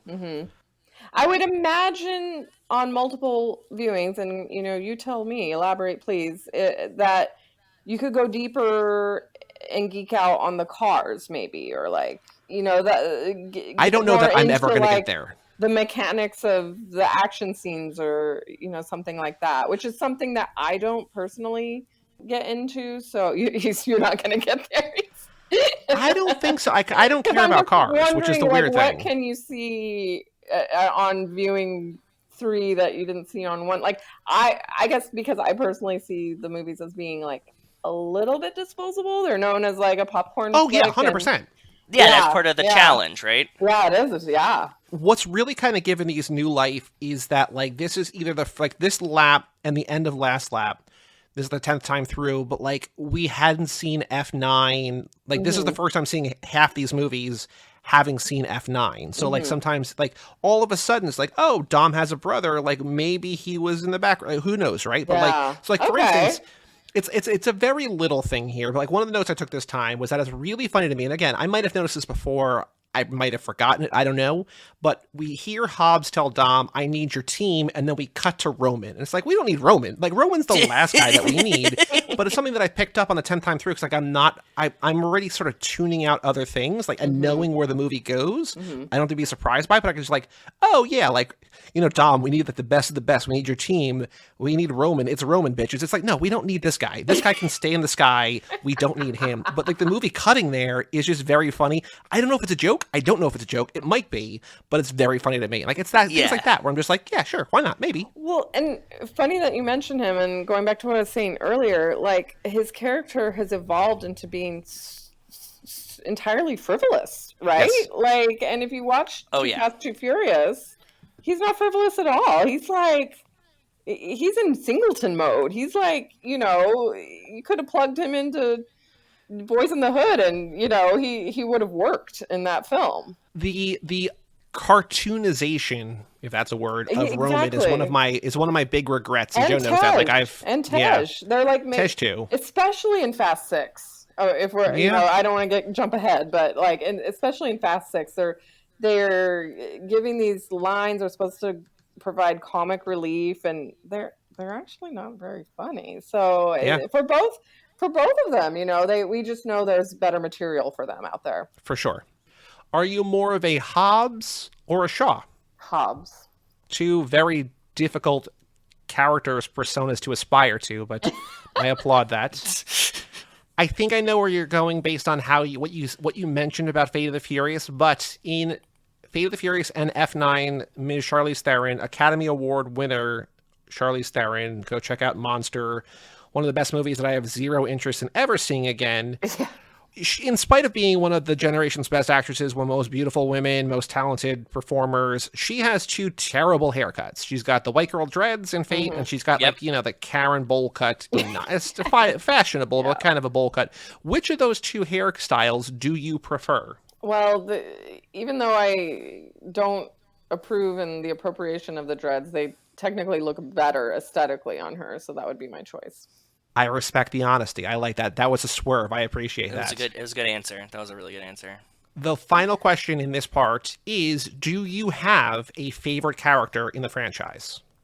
Let me think about that. I should have had it. Could be a main character, could be a background character, could be the old lady eating noodles in Tokyo Drift, whatever you want. I think it has to be Letty. Letty, like since the beginning, she's been given a lot of meat in these movies, the ones that she appears in. She's not just like a girl in a bikini, like by far in a way not. And it's nice to see that representation, like dating all the way back to the original. And it's my understanding that Michelle Rodriguez made sure of that. Like she was always fighting for her character. And like Neil was telling me that, she was saying, that she's like, Letty needs a race in the original Fast and Furious. Letty needs a race. And he was like, oh yeah, we're going to give you a race. Yeah. Letty's my favorite. Cool. I love it. So now to kick off the conversation about Fast and Furious 6, this movie in particular, like I mentioned, last lap was the lap that F9 came out in. So all lap long, Joe and I with our guests were talking about where do you think John Cena would be in this movie, because he exists in this world, but he was not mentioned till 9. So where could he be? So this lap, we're taking a twist on family, and we're trying to expand the family into other people who might or might not exist. In this world of Fast and Furious 6, what character in this movie would you like to see another family member added to, if that makes sense? Like, would you want to see, like, Dom has a cousin in London or something? Or do you think that, Owen Shaw has another sibling we don't know about? Yeah. So no wrong answers, kind of open-ended. I'll give you a chance to think about it. But Joe, do you have an answer for this? Yeah, I want the snippy guy that sells them the cars to have a twin brother that is also snippy. And there to be two of them for them to deconstruct instead of just one. Love that. Very cool. Thank you. I don't know if mine is actually possible, because I think the answer is still also just Hobbs, but mine is similar. Okay. Because, this whole movie to a certain extent is like the bizarro version of our family, right? I want the bizarro version of Hobbs, and I want to have him team up with Hobbs. But I think, Dom. Wait, what? Dom is kind of bizarro Hobbs. No, I mean, so, like, in Owen's family, there's that guy that's in the interrogation room that Hobbs beats the shit out of, right? And, like, Yes. that's bizarro Dom. Like, he already has a parallel. I want to see, like, whoever, like, has been hunting this family. I think it still might just be Hobbs. I don't know if there actually is another person, but I want, like, another, like, an Interpol version of Hobbs or something, even though I don't think it necessarily works, because he goes to Interpol and he, like, breaks that guy's hand, right? Like, Yeah. But I want Hobbs to have a counterpart, because, like, they try to, I think you're right, like, Dom is the counterpart to Hobbs, but I want, like, another Hobbs. Like, I want another Bizarro like, Hobbs, not Yeah. counter Hobbs. Bizarro. Like, yeah. Like, just like another guy who, like, could kind of bounce off him, because I like him and Gina Carano, even though she's a terrible person now with weird views, whatever, who knows? But, like, I love Riley in this movie. Like, I love their interplay, but I want, like, another Hobbs he has to, like, and maybe he hates this guy, that he's just like, this motherfucker, I don't want to deal with him, but, like, he has to. So. like, he has a partner that is equally big and jacked that he hates. Yeah, exactly. That is also kind of like on the gray side, right? Like, Right. he's like not justice. He's like, well, what if we just let him go? And you're like, Because that's the weird part about this movie, is that so many people have basically another version of themselves, or just like there's a lot of possibilities that, like, we just, like, are off the table based on the plot of this movie. So, like, I like the car salesman guy. I think just another Hobbs. I don't know. Like, it's kind of a weird one. But Meriah, do you have someone, family member, friend, anyone you would like to see added in this movie for a wrinkle? You gave me an idea. Like, what if that wasn't Letty? What if that was her identical twin, and we never even knew she existed until Some real telenovela shit. she Okay. pops up? I don't know. That's just what came to mind. But you mentioned Gina Carano, and watching it now, doesn't it take on more meaning? Like, especially the end when, well, I guess there's no spoilers exist, when no. Michelle No, Rodriguez go ahead. shoots her out of the plane, and she says, what was that? Oh, you're on the wrong Wrong team. You're on the wrong team, bitch. Man, it breaks my heart, because she's so good in this, and she's so great in Haywire, and just for her to, who knows, right? But Yeah. But in the same way, rewatching Ja Rule on the first one, you know what I mean? Like, there's things that take on extra weight now that should have Absolutely. happened, yeah. All right, Meriah, the floor is yours. Actually, no, hold on. I want to take a step back, because, like, Joe, in the intro, I talked about how I'm watching right now the Amazon Prime I Know What You Did Last Summer, and, Yes. like, part of that is that, like, the twist in the first episode is that it's identical twins, both played by Madison Eisman, and one of them dies, but they think it's the other one, and so the entire show is all of her best friends being like, oh yeah, you're the other one, but, like, they don't realize. It's just like, you are all so fucking stupid. Like, this is such a dumb premise. Like, I understand the twist, but just, like, does the dad not know? But no, she tells the dad in the first episode. So anyway, I love Mariah's idea that, like, it's not Letty, but, like, she somehow convinces, like, Letty's actually dead. This is, like, bizarro Letty, but somehow And she has she convinced assumes the whole form family. of Letty. Yeah, she's by like, oh the yeah, end. no, like, I know everything about everything. You ride or die. Yeah, I'm here too. It's just like, okay, I sure. mean, it might as well be, because even in the closing scene, she still is like, do I know you? To Dom, like, she Yeah. still doesn't have all of her memories back. So Love it. It's a beautiful thing. All right, Meriah, the floor is yours. What do you want to talk about? Favorite parts, least favorite parts? Well, we have to talk about the runway scene, obviously, Please. but I also want to talk about the last scene. So we can go wherever you guys. No, we've talked about this movie 9 times already, 10 times. This is We're in the literally passenger pick a seats place to here. start. Let's We'll go. start. Everyone's talked about the runway scene. We'll talk about it, but why don't we talk about the last scene? And they're back home. I think, is this the first one where they started calling it the saga, the Fast and Furious? It saga. might be. You know, that word started being like thrown around with the series. They have immunity. They're all back home. They can have a good old barbecue, and they haven't had, that since a few movies prior at Toretto's, pad. And there's the funniest part of that sequence is when Vin and Dwayne "The Rock" Johnson, they stand kind of adjacent to each other and they want to talk to each other. They're having a big moment, but they can't look each other in the eye because they are just so filled with machismo and they're so macho that it would be maybe too intimate. I don't know. And they have this moment where they're just like shoulder to shoulder. It's like, yeah, man,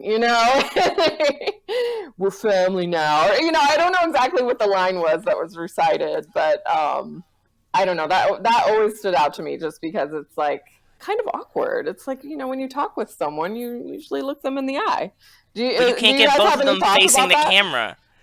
You can't get both of them facing the camera if they're looking each other in the eye. They need to be like side looking at the camera at the same time. I guess so.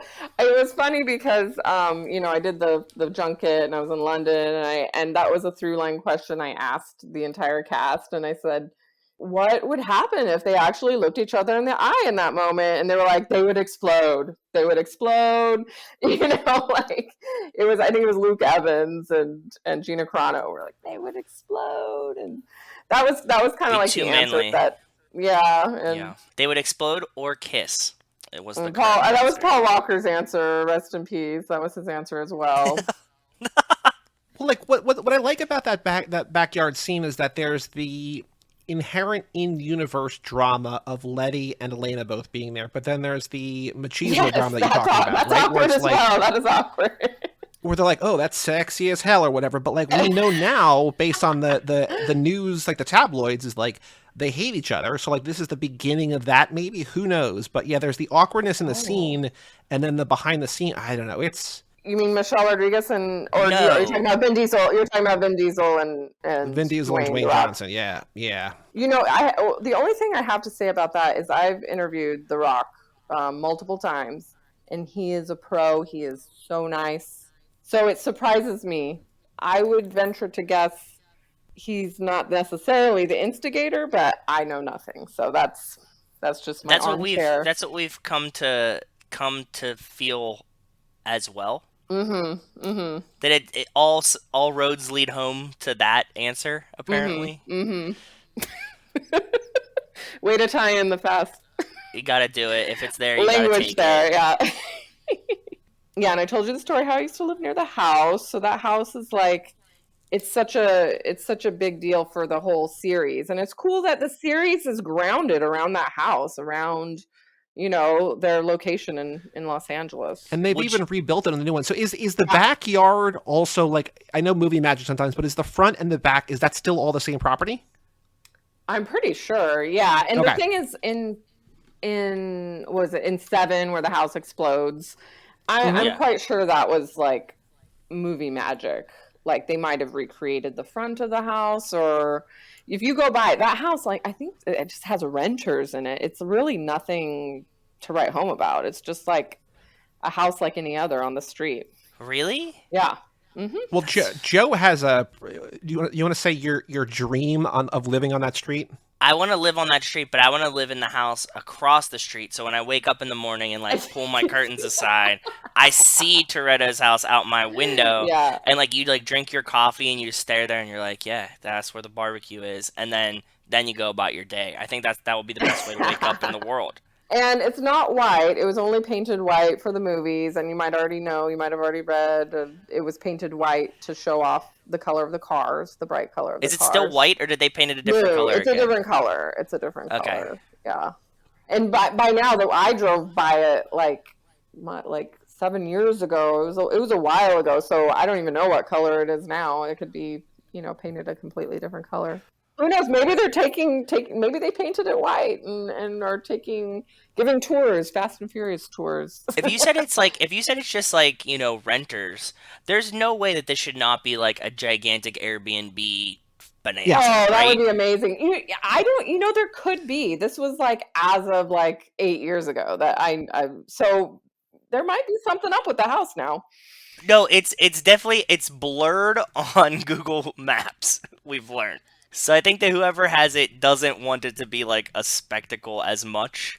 Good luck stopping that. I have an idea to throw off you guys. Yeah, please.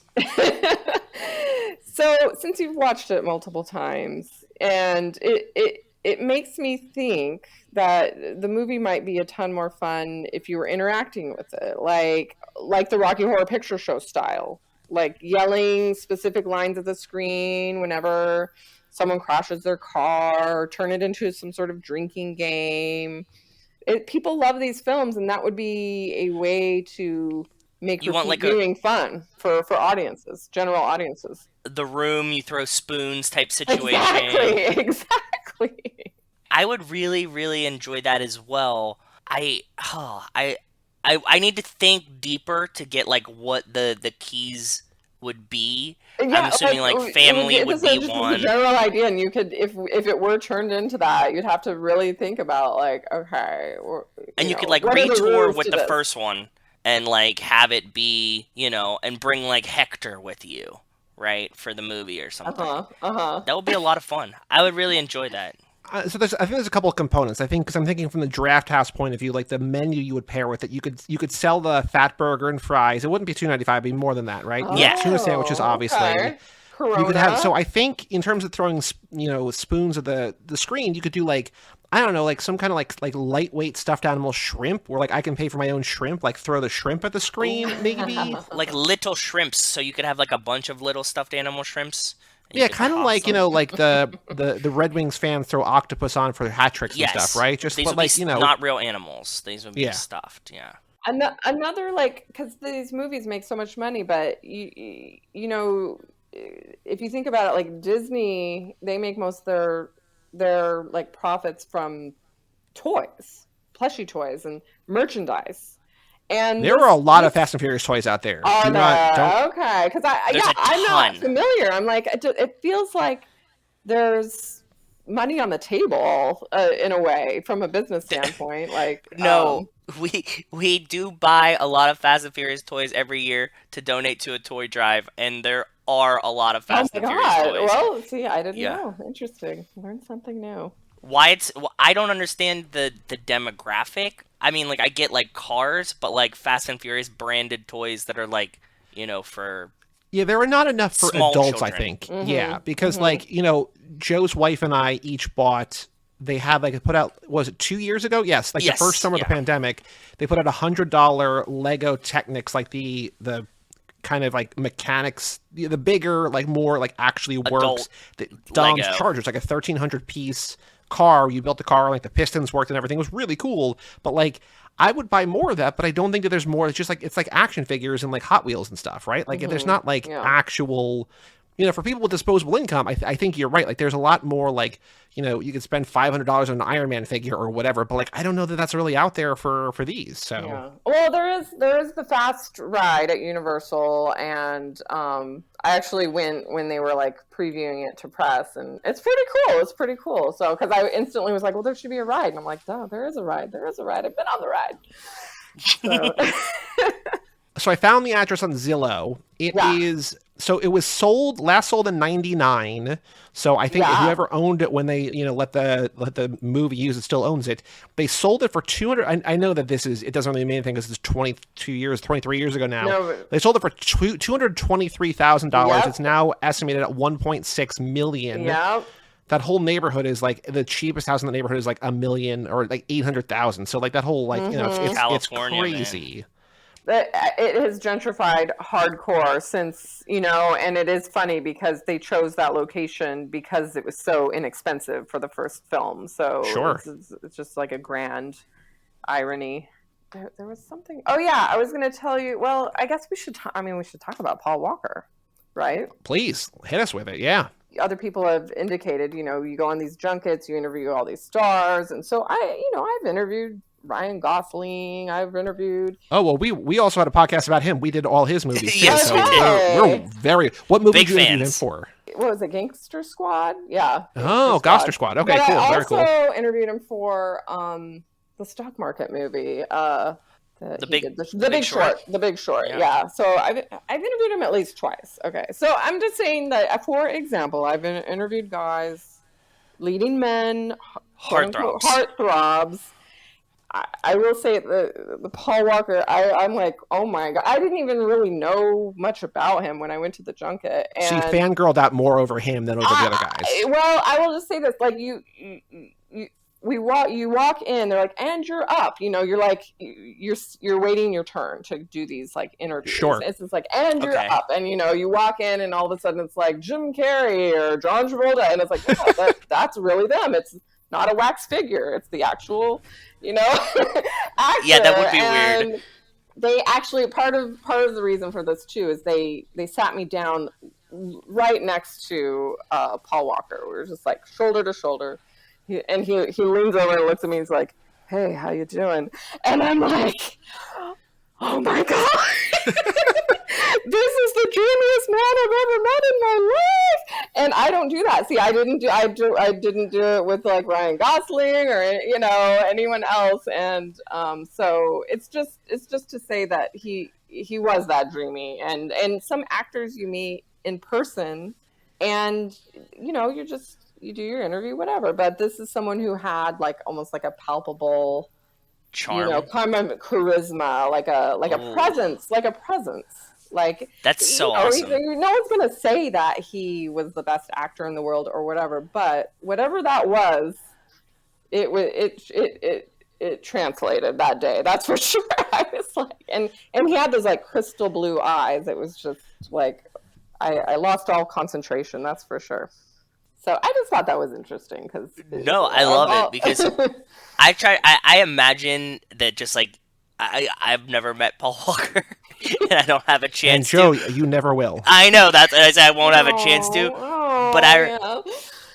but I do see that like he exudes charm even on film, right? Like he seems very, very charming, very charismatic, and he seems like even the actresses that he's playing against have this same kind of like wispy, dreamy feel when they're around him, right? Like so it tracks. He's a dreamy guy.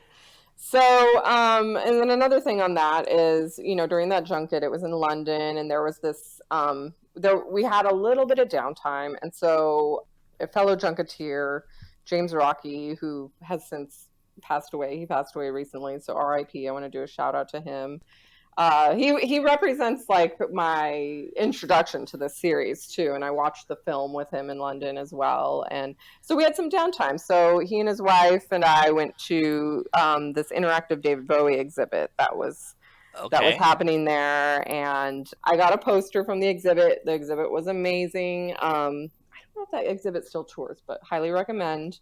And so I come back from the junket and I have this poster, and I keep meaning to frame it.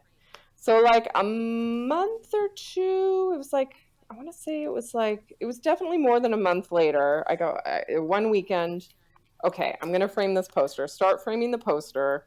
And that's when the news crossed that Paul Walker had died. And I just thought it was so strange. I'm like, I'm finally getting to frame this poster that I got in London during the junket, and Paul Walker died. It was so strange. It was just such a strange confluence of things. And so No, yeah, that was, I mean, there's been very few, like, Bob Saget just died. I know that a lot of people were very upset about that. Like, there have been very few celebrity deaths that, like, hit me, but I feel like he was one where I was just like, oh, that sucks. Yeah, and it was strange, too, because I had just met him for the first, I just met that guy. It's not, that's horrible, And it was like Thanksgiving weekend or whatever, right? Like, it was a bad time of year. It was, yeah, that's right. What else about Fast and Furious 6? Are there things... So here's a question.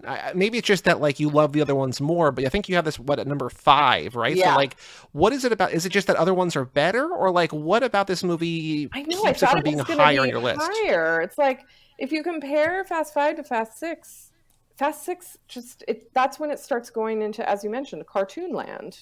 I call it the flying squirrel move.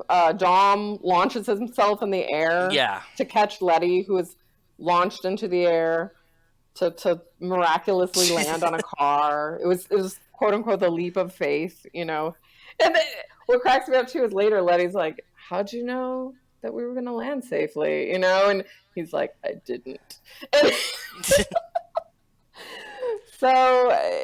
But the flying squirrel thing, that's when I was like, okay, this is going a little bit. Did you watch any of the other movies before you went to London to watch 6? Did you revisit them? I'm quite sure I did. This is a while ago, so I had to have been at least watching some clips, and I wanted to be prepared, but I also knew I was going to watch the movie there. So, what I do at screenings is, bring a notepad and take lots of notes, because I want to make sure that I can bring up things that stood out to me about the film. Sure. This is a very dumb question. That in a screening, are the lights, like, is it as bright is it as dark in the theater as it is normally, or do they, like, know that people are going to be taking notes and they, like, leave a little bit more light on? No.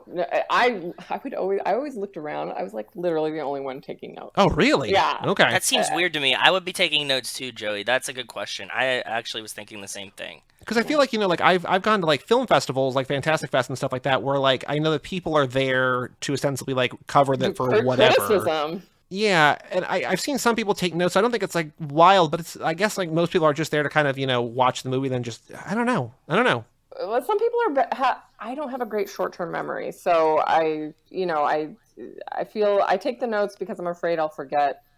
Some people have, like, steel trap memories. Like, there are critics, because I would go to screenings where critics were there not taking notes at all, and then their review is just, like, chock full of details. Oh, they can remember all these details. Or maybe they're getting screeners. They watch it a second time. I don't know. You asked before why we do this podcast. It's like, well, because, like, every other week when we watch these movies, like, we're still watching and still taking notes. So we're not, like, skipping it or whatever. But, like, it's also, like, you can kind of, on autopilot a little bit. Because, like, you know what's coming, right? So there's something nice to that. Plus, I personally just don't rewatch enough movies. So, like, this is a very sort of specific thing to do. Yes, yeah, exactly. But it's not like, Groundhog Day or Inception or, you know what I mean? Like a Christopher Nolan movie where you can... watch and see new things each time, but maybe you do. We see new things, but it's not the way it rewards rewatching in a way that, like, doesn't really make sense, that we've kind of, like, forced to make sense. So I don't know. Interesting. Well, one thing that stood out to me about Fast 6 too is, like, Mia, played by Jordana Brewster. She's, like, kind of like the Yoda of the group. She has these lines. Oh, I like that. In the beginning, like, Dom's gonna go after Letty, and Brian's like, "She's dead. I know how this works," and he's like, "I'm going," and then Brian's like, "I'm going with you," even though they just had a baby. I'm going with you. I'm gonna risk my life. And Jordana or Mia should have been. If it were me, I'd be like, "No, dude, we just had a baby. You're staying home." Yeah. She's like, "We're family. You must go," and she says it in this very, like, Yoda-esque way. And then when they find Letty in London and they see her in real life, she's like, "Letty's alive. That's all that matters." It's like, because they were debating, it's good, it's bad, but it's bad, Letty. Should we save her? Should we not? She might turn against us. She tried to kill me, and it's like, but that's all that matters, that she's alive, you know. So I just thought it was funny how she came out with these like words of wisdom that coincidentally pushed the story along, pushed the plot along. When I was watching it this time, I was thinking like in that scene, the one that you described before, the last one, that like Brian sees the pictures from Dom. Dom's like, look, there's pictures of Letty. Yeah. Why is Brian trying to stop Dom from doing, like, if there's any sliver that like his friend's wife / girlfriend, long-term girlfriend, is possibly alive, why would you try to sway him? He didn't believe it. He thought that Dom was getting played, so he was trying to protect Dom. I thought that tracked. I thought it tracked. Yeah, I pull that shit all the time, or whatever he said, right? Like, he's like, I used to be a shitty cop too. Now I'm just a shitty friend. Exactly. Well, actually, he's a shitty father because he's leaving his baby. True. But it's just like, it's so weird to me that he's like, he instantly thinks like, oh, the cops are trying to fuck him. Like, there's no possible way that Letty's alive. And we're like, we didn't see a body. Like, come on, man. Like, you don't think there's possibly a shot? Like, he'd be like, I don't know, man. Maybe not. But he's like, nope, it's wrong. She's dead. Don't worry about it, bud. Well, those are the details that they don't get into. Like, they never had a whole thing about, oh, we needed to retrieve her body so we could bury it, or, you know, those are the details we don't know that aren't covered. Yeah, that's what we want. You know what I mean? Like, that's what we're. It should be.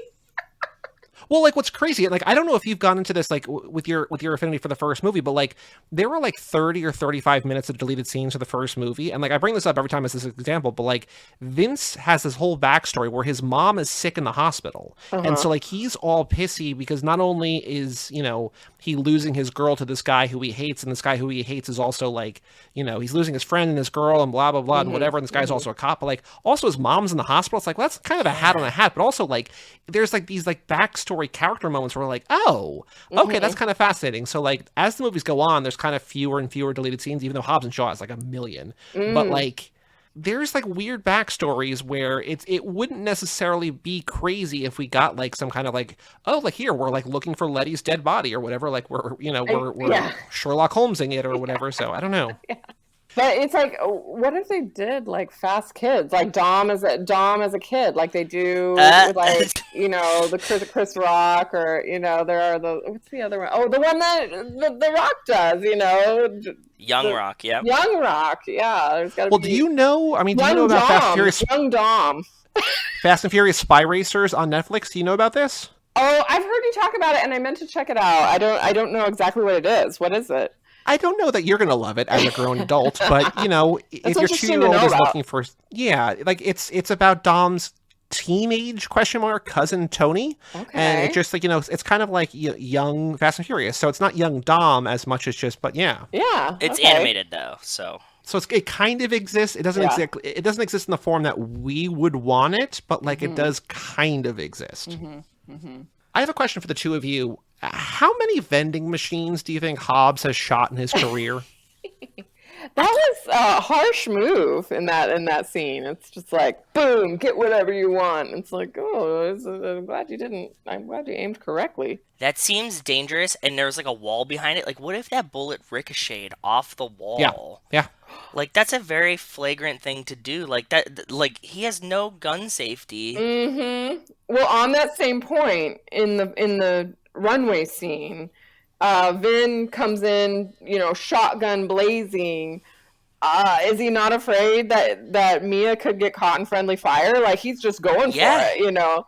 Your sister's right there, dude. Like, come on, like, let's have some kind of tact here. I feel like Dom, like, you know, we've seen Dom carry a shotgun since the first movie, right? Like, Dom, like, I think we're just supposed to believe that these guys are the best in the world, the most accurate, they never miss, all this different stuff. And so, like, he's not going to miss the vending machine. It's not going to ricochet. You know, Mia's not going to get caught in friendly fire, even though in reality, that probably would happen. Yeah.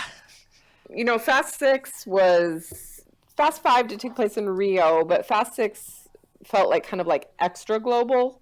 You know? Yeah. It starts in Spain, then there's things going on in Moscow. Tej, I think he's in Mexico, and then Japan, and London. Most of it in London. Then they all, you know, unite in London. So that I think they were trying to. I got the sense they were trying to go after the global market in a more Of course, yeah, real way. Which works because they make $1 billion, right? So it paid off. Yeah, that was like the stepping stone to entering the $1 billion market for sure. Like Fast 6 is the last Fast movie to essentially, before the series started entering the $1 billion market.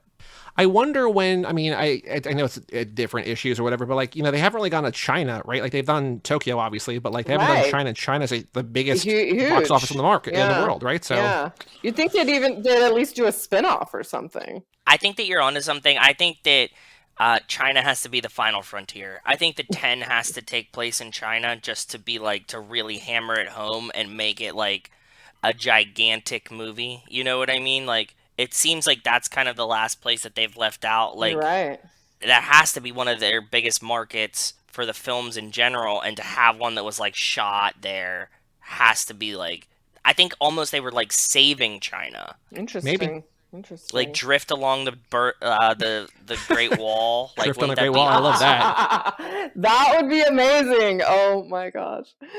Yeah, I think that's what we're leading up to. One thing that struck me is a lot of their activities are relatively COVID friendly. They tend to pair off into their respective pods, and a lot of their activities are distanced. And if you even look at them like at their London headquarters, they're spaced so far apart in that room, like in the warehouse, they're spaced like all physically distanced. I wonder how much of that is like movie, which is like, oh, well, we don't actually have Tej and Vin and we don't have Ludacris and Vin Diesel that day, so they can't be in the same shot. Like, I don't think it's there yet, but it might be getting close to that point where they're all like, I don't know, but so maybe part of it's scheduling, but maybe part of it's just like, oh, interesting. I don't know. No idea. We have Tej and Roman, and that's what we're doing this week. Yeah, exactly. And since we have Tej and Roman, we are not really getting anything story-wise done. It's just the comic relief this week, so everybody take it easy. We are just relaxing this week. Put your feet heavy up. lifting. Well, if you think about it, Fast 6 especially, I mean, all the films to a certain extent, but a good share of the quote-unquote acting, I shouldn't say quote-unquote, but a good share of the acting is taking place behind the wheel. I wonder what that's like for the actors, just...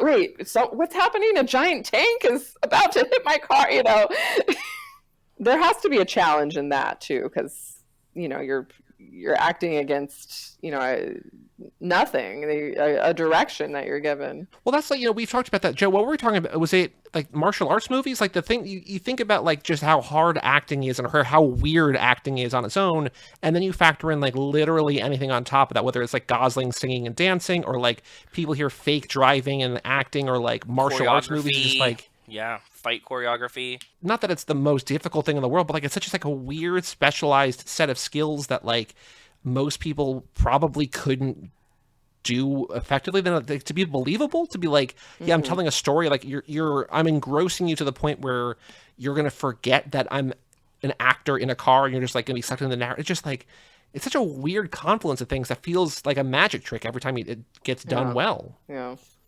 When it comes to like the longest airplane tarmac runway in the world, I was reading like one of the writers, he addressed that, and he said, sure, the runway's like 26 miles long. That's like on the high end of estimates. Like actual like air aviation experts and physics people have actually analyzed and gone on the record of I think the runway is like 15 miles long, and then the high end is like 26. Not sure it's 26 miles, but he that wasn't a factor. That wasn't a deterrent for he just wants to ensure that viewers are just wrapped up in the scene, and as long as it doesn't take away from the entertainment value is basically his argument.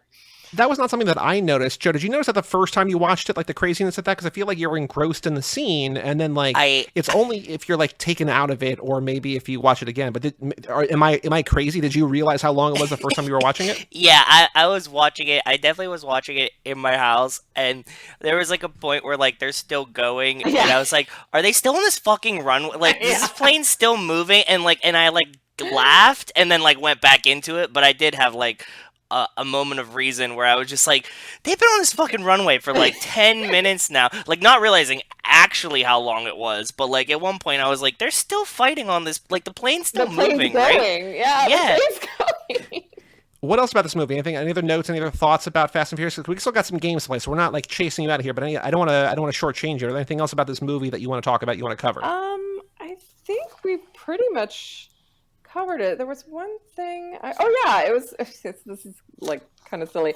You already told me how you found out how you guys tracked me down, but I was actually thinking it might have been because my quote appears on the DVD cover of the film. Whoa! No, really? what? I did not know that. We didn't know that. Tell us. For this Which movie? film? For 6? Fast 6. If you can, I have a copy. Hold on, I need to go get it. I'll be right back. You keep talking. Okay, all right.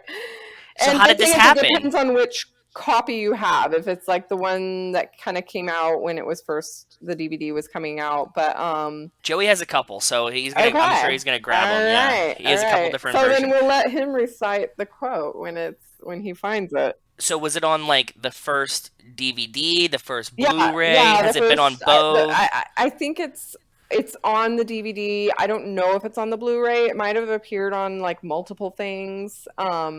But after these junkets, they asked the studio publicist asked you, what did you think of the film? Can you write down, a few lines of what you thought? And those are, if they decide it's something they want to use in their marketing materials, they ask for permission. They say, and then how do you want to be cited? Do you want it to be from not Yahoo Movies, or do you want it to be Meriah Doty from Yahoo Movies, blah, blah, blah. So they liked my quote. It was like one of the first junkets I ever did, and then the quote, like I nailed it on the first time. But highest it's surreal. octane action yet. That's amazing. What did you say? What was it? Can you repeat it? No, I don't have it, unfortunately. Okay, I counted because it's crazy. I think I might have alluded to this before, but there are 10 movies, right? There's the 9 movies plus Hobbs and Shaw. Mm-hmm. On my DVD shelf, I have 21 copies of these movies. Wow. Because I just keep buying them or whatever. Yeah. But I have 2 different Fast and Furious 6, but they're both 4K. One's a steelbook. It doesn't matter. It's fancy. Whatever. Yeah. But they don't have the regular cover. So your quote, like you did not make it to the reissues, but nobody did. So man. What is the quote? Can you read it to me again? Yeah, Can you read hear the quote. Highest octane action yet. Oh, that's a good quote. That's like fucking banner worthy. That should have been in the trailer. I'm surprised it wasn't. It might have made it. I don't know.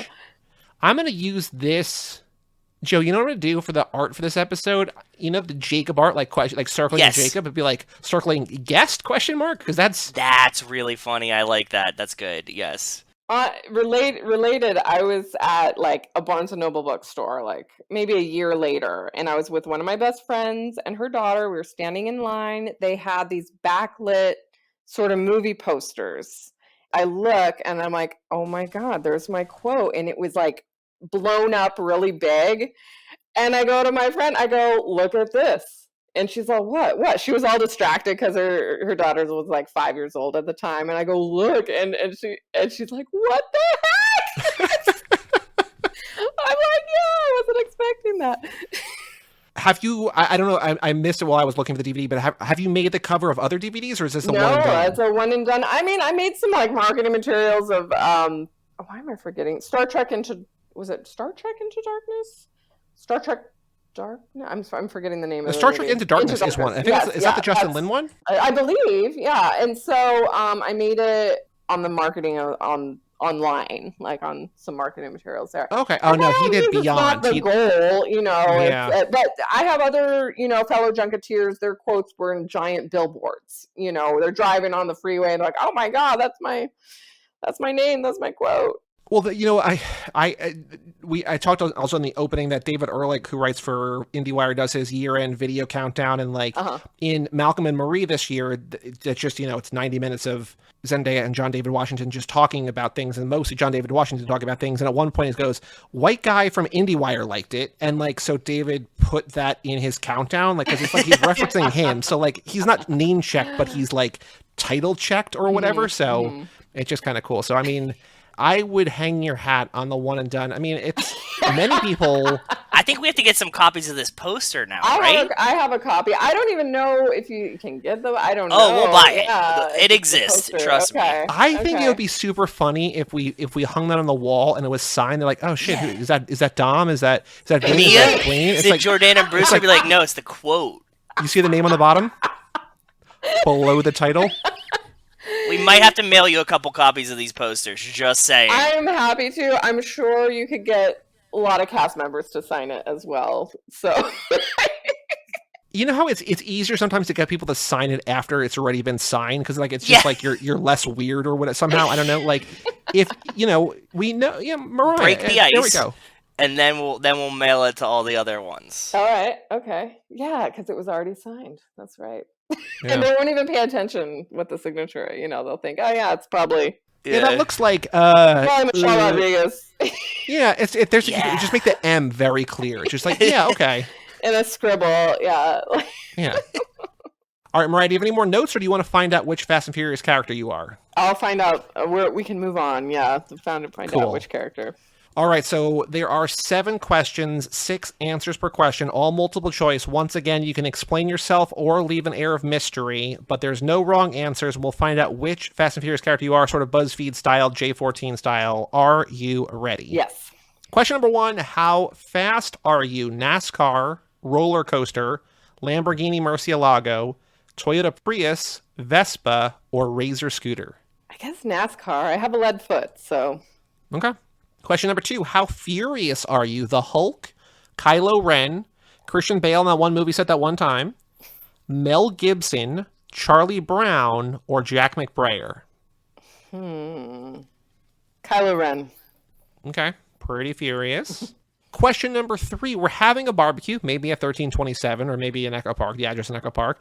We're having a barbecue. How are you helping? Are you on the grill? Are you saying grace? Are you kicking back with a beer?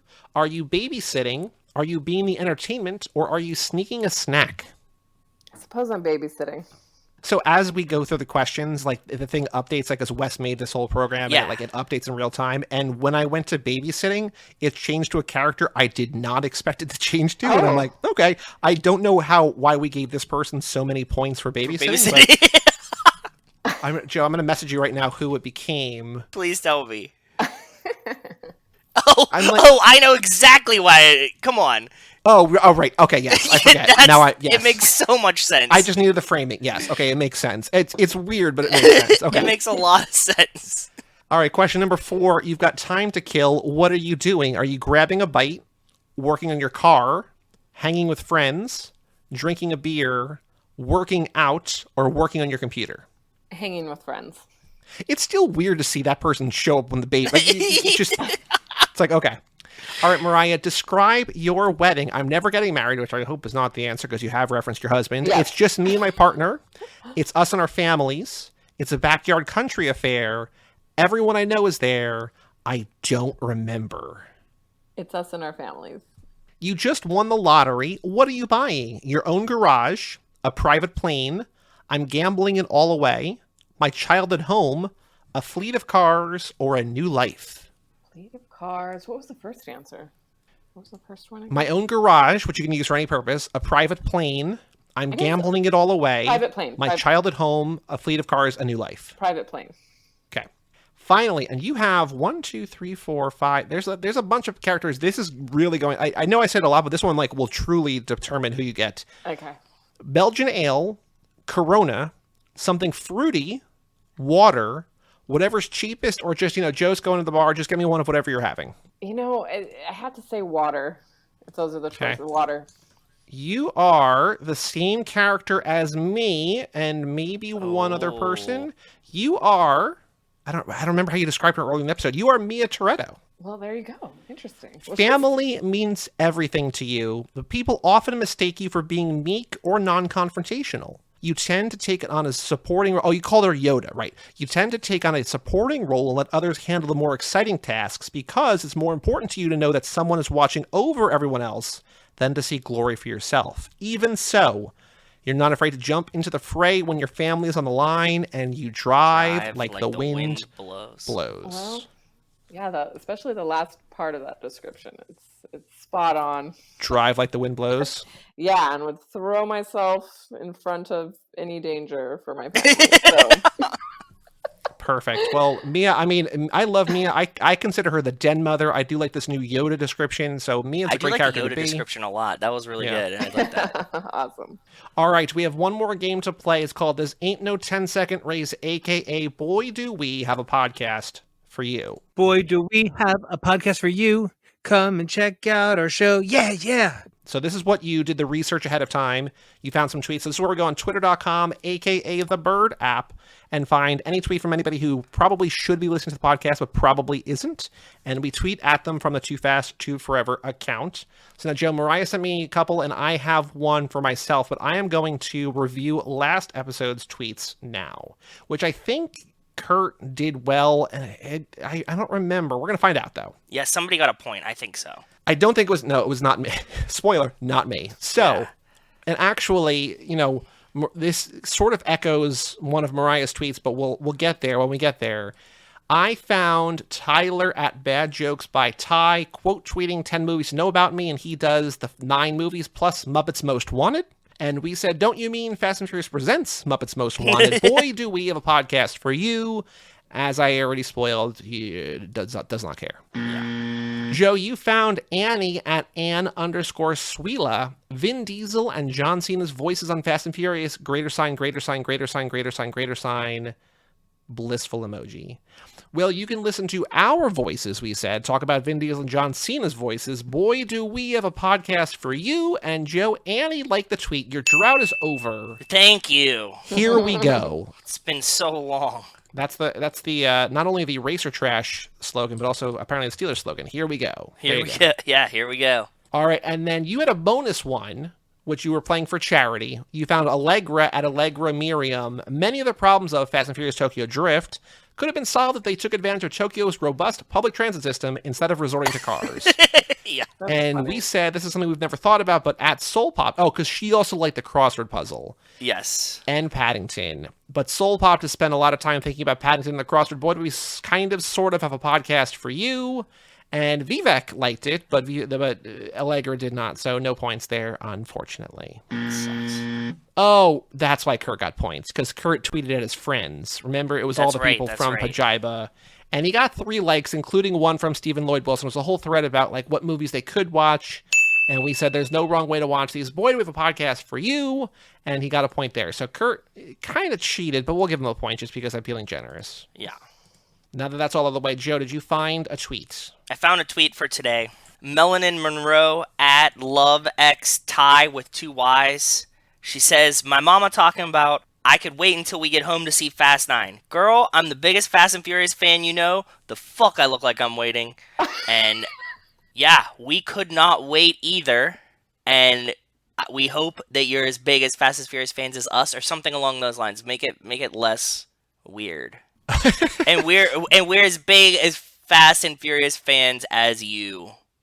Don't be like a creepy, I was just saying. I know. I'm saying we couldn't wait either, and we're as big Fast and Furious fans as you. Boy, do we have a podcast for you. Thank you. The mouth jumble made it sound creepy, so thank you. I get it. What did you search for that?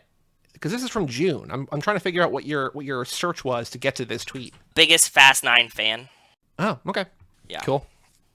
Mariah, you sent us 2. Now, I'm going to let you play both, but you're going to choose one for yourself, and then the other one's going to go to charity. So if the other one scores points, it's going to go elsewhere. But please hit us with whichever tweet you want to go first, because you got one from Joshua and one from Frotting. Okay, yeah, the first one from Joshua, and just okay. Who's from, and then read the tweet. At Real DJ Fleet, and he says, at Peacock TV, where the hell is Fast and Furious franchise? ? He got a point. Because he realizes that, Peacock is universal, and where the hell is it? And they responded, just said, "Hey, Joshua, thanks for reaching out. We're continuing to expand our content catalog and greatly appreciate your feedback. In the meantime, stay looped in on all updates by following our page." That's not very helpful, Peacock. I get it, but it's very generic. So now, Meriah, we're going to say, boy, do we have a podcast for you, but how would you like to customize this tweet? Or if you want some guidance, we can help you. But we're trying to get him invested because obviously this guy loves Fast and Furious. There's a hell of a lot of it on HBO Max right now. I don't know. That's what I would say. I kind of like it. I really just feel like there's a hell of a lot of it on HBO Max, and we have a hell of a lot of episodes that you could be listening to too. You called it. Peacock is dropping the ball. There's a hell of a lot of it on HBO Max right now. I'm saying there's a hell of a lot of it on HBO Max right now, and a hell of a lot of episodes of our show to listen to too. Boy, do we have a podcast. Yeah. Perfect for you. Meriah, I sort of stole a little bit of the thunder, so please read the other tweet from Frauding Christ. All good. Frauding Christ at Alien Diva Car. He or she tweets 10 movies to know me. The Fast and the Furious, Too Fast, Too Furious, The Fast and the Furious Tokyo Drift, Fast and Furious, Fast 5, Fast and Furious 6, Furious 7, The Fate of the Furious, F9, and then Satan Tango. Which is a 7+ hour black and white movie on the Criterion Channel. So really, it's what we think F10 is going to become. So good. Great tweet. So what would you like to say to Frauding Christ? You say, if you're this into Fast and Furious, boy, do we have the podcast for you. Just as a mild suggestion, be like, sure, we hope that F10 is a lot like whatever 7-hour black and white movie. Just because I think that's funny, because we were just talking about it being a black and white just like film. It all comes together. All roads lead home. Satan Tango. I'm going to combine both. I'm going to say, if you're this into Fast and Furious and pretentious black and white art films like I'm not going to, pretentious is negative, and black and white art films like Santa Tango, which we hope F10 embodies too, boy, do we have a podcast. Perfect. For you. Perfect. He's going to be like, what? That doesn't even make sense. It's like, yeah, just listen to the episode, which you're not going to do. I understand, but like, yeah, it's fine. Yeah. I found Vanilla Bean at Mr. Burns one. I'm finna smoke and watch Fast and Furious 6. I just finished sweeping and mopping. That's good. Which I love as a tweet anyway, but I also want to be like, hey, next time you're doing chores, throw us on or something like that, right? Yeah, yeah. We make great podcasts to do sweeping and mopping too.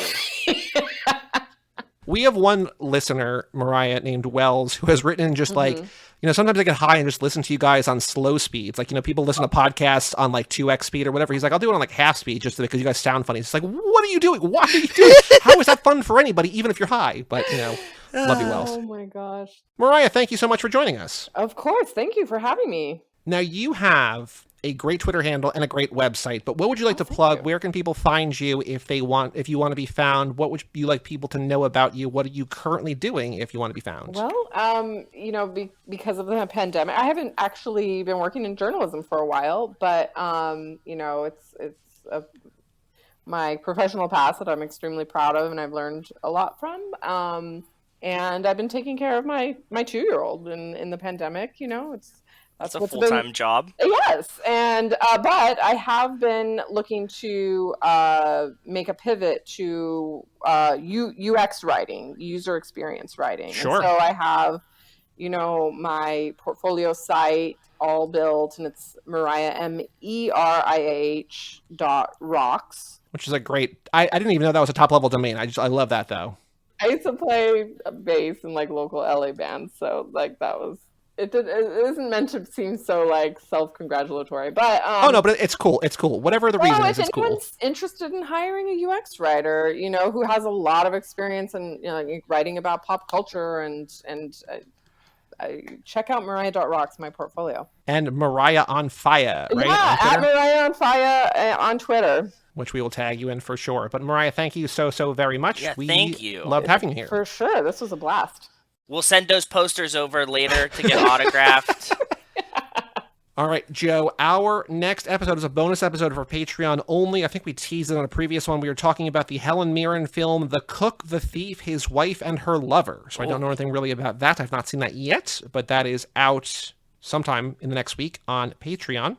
I think because he hates us, I'm not sure. Justin, his Patreon pick for us for the main feed, our pit stop for Next Lap, is In the Name of the King, A Dungeon Siege Tale. Have you seen this movie, Joe? No, have you? Yes. And this was one that How Did This Get Made covered very early on. I believe, I will just set I think Jason Statham plays a farmer. Oh, nice. In like medieval something or other. That sounds incredible. It is directed by Uwe Boll, who his reputation precedes him. Okay. Yeah, I'm not gonna tell you any more, but this is one where Justin's like, fuck you guys, watch one of the worst movies that's ever been made. So that's In fun, the Name of the though. King, I like that. A Dungeon Siege Tale next week. Sounds good to me.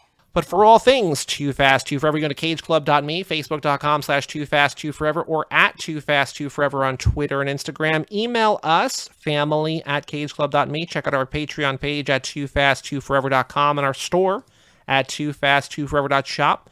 And come back for our Patreon episode about the cook. I closed the tab, and it's too many things. Yeah. The cook, the thief, his wife, and her lover, or on the main feed next week, In the Name of the King from Justin. I'm Joey Lewandowski. I'm Joe, too. And that was Meriah on Fire, Meriah Doty Treviño, and we'll tell you all about it. We'll see you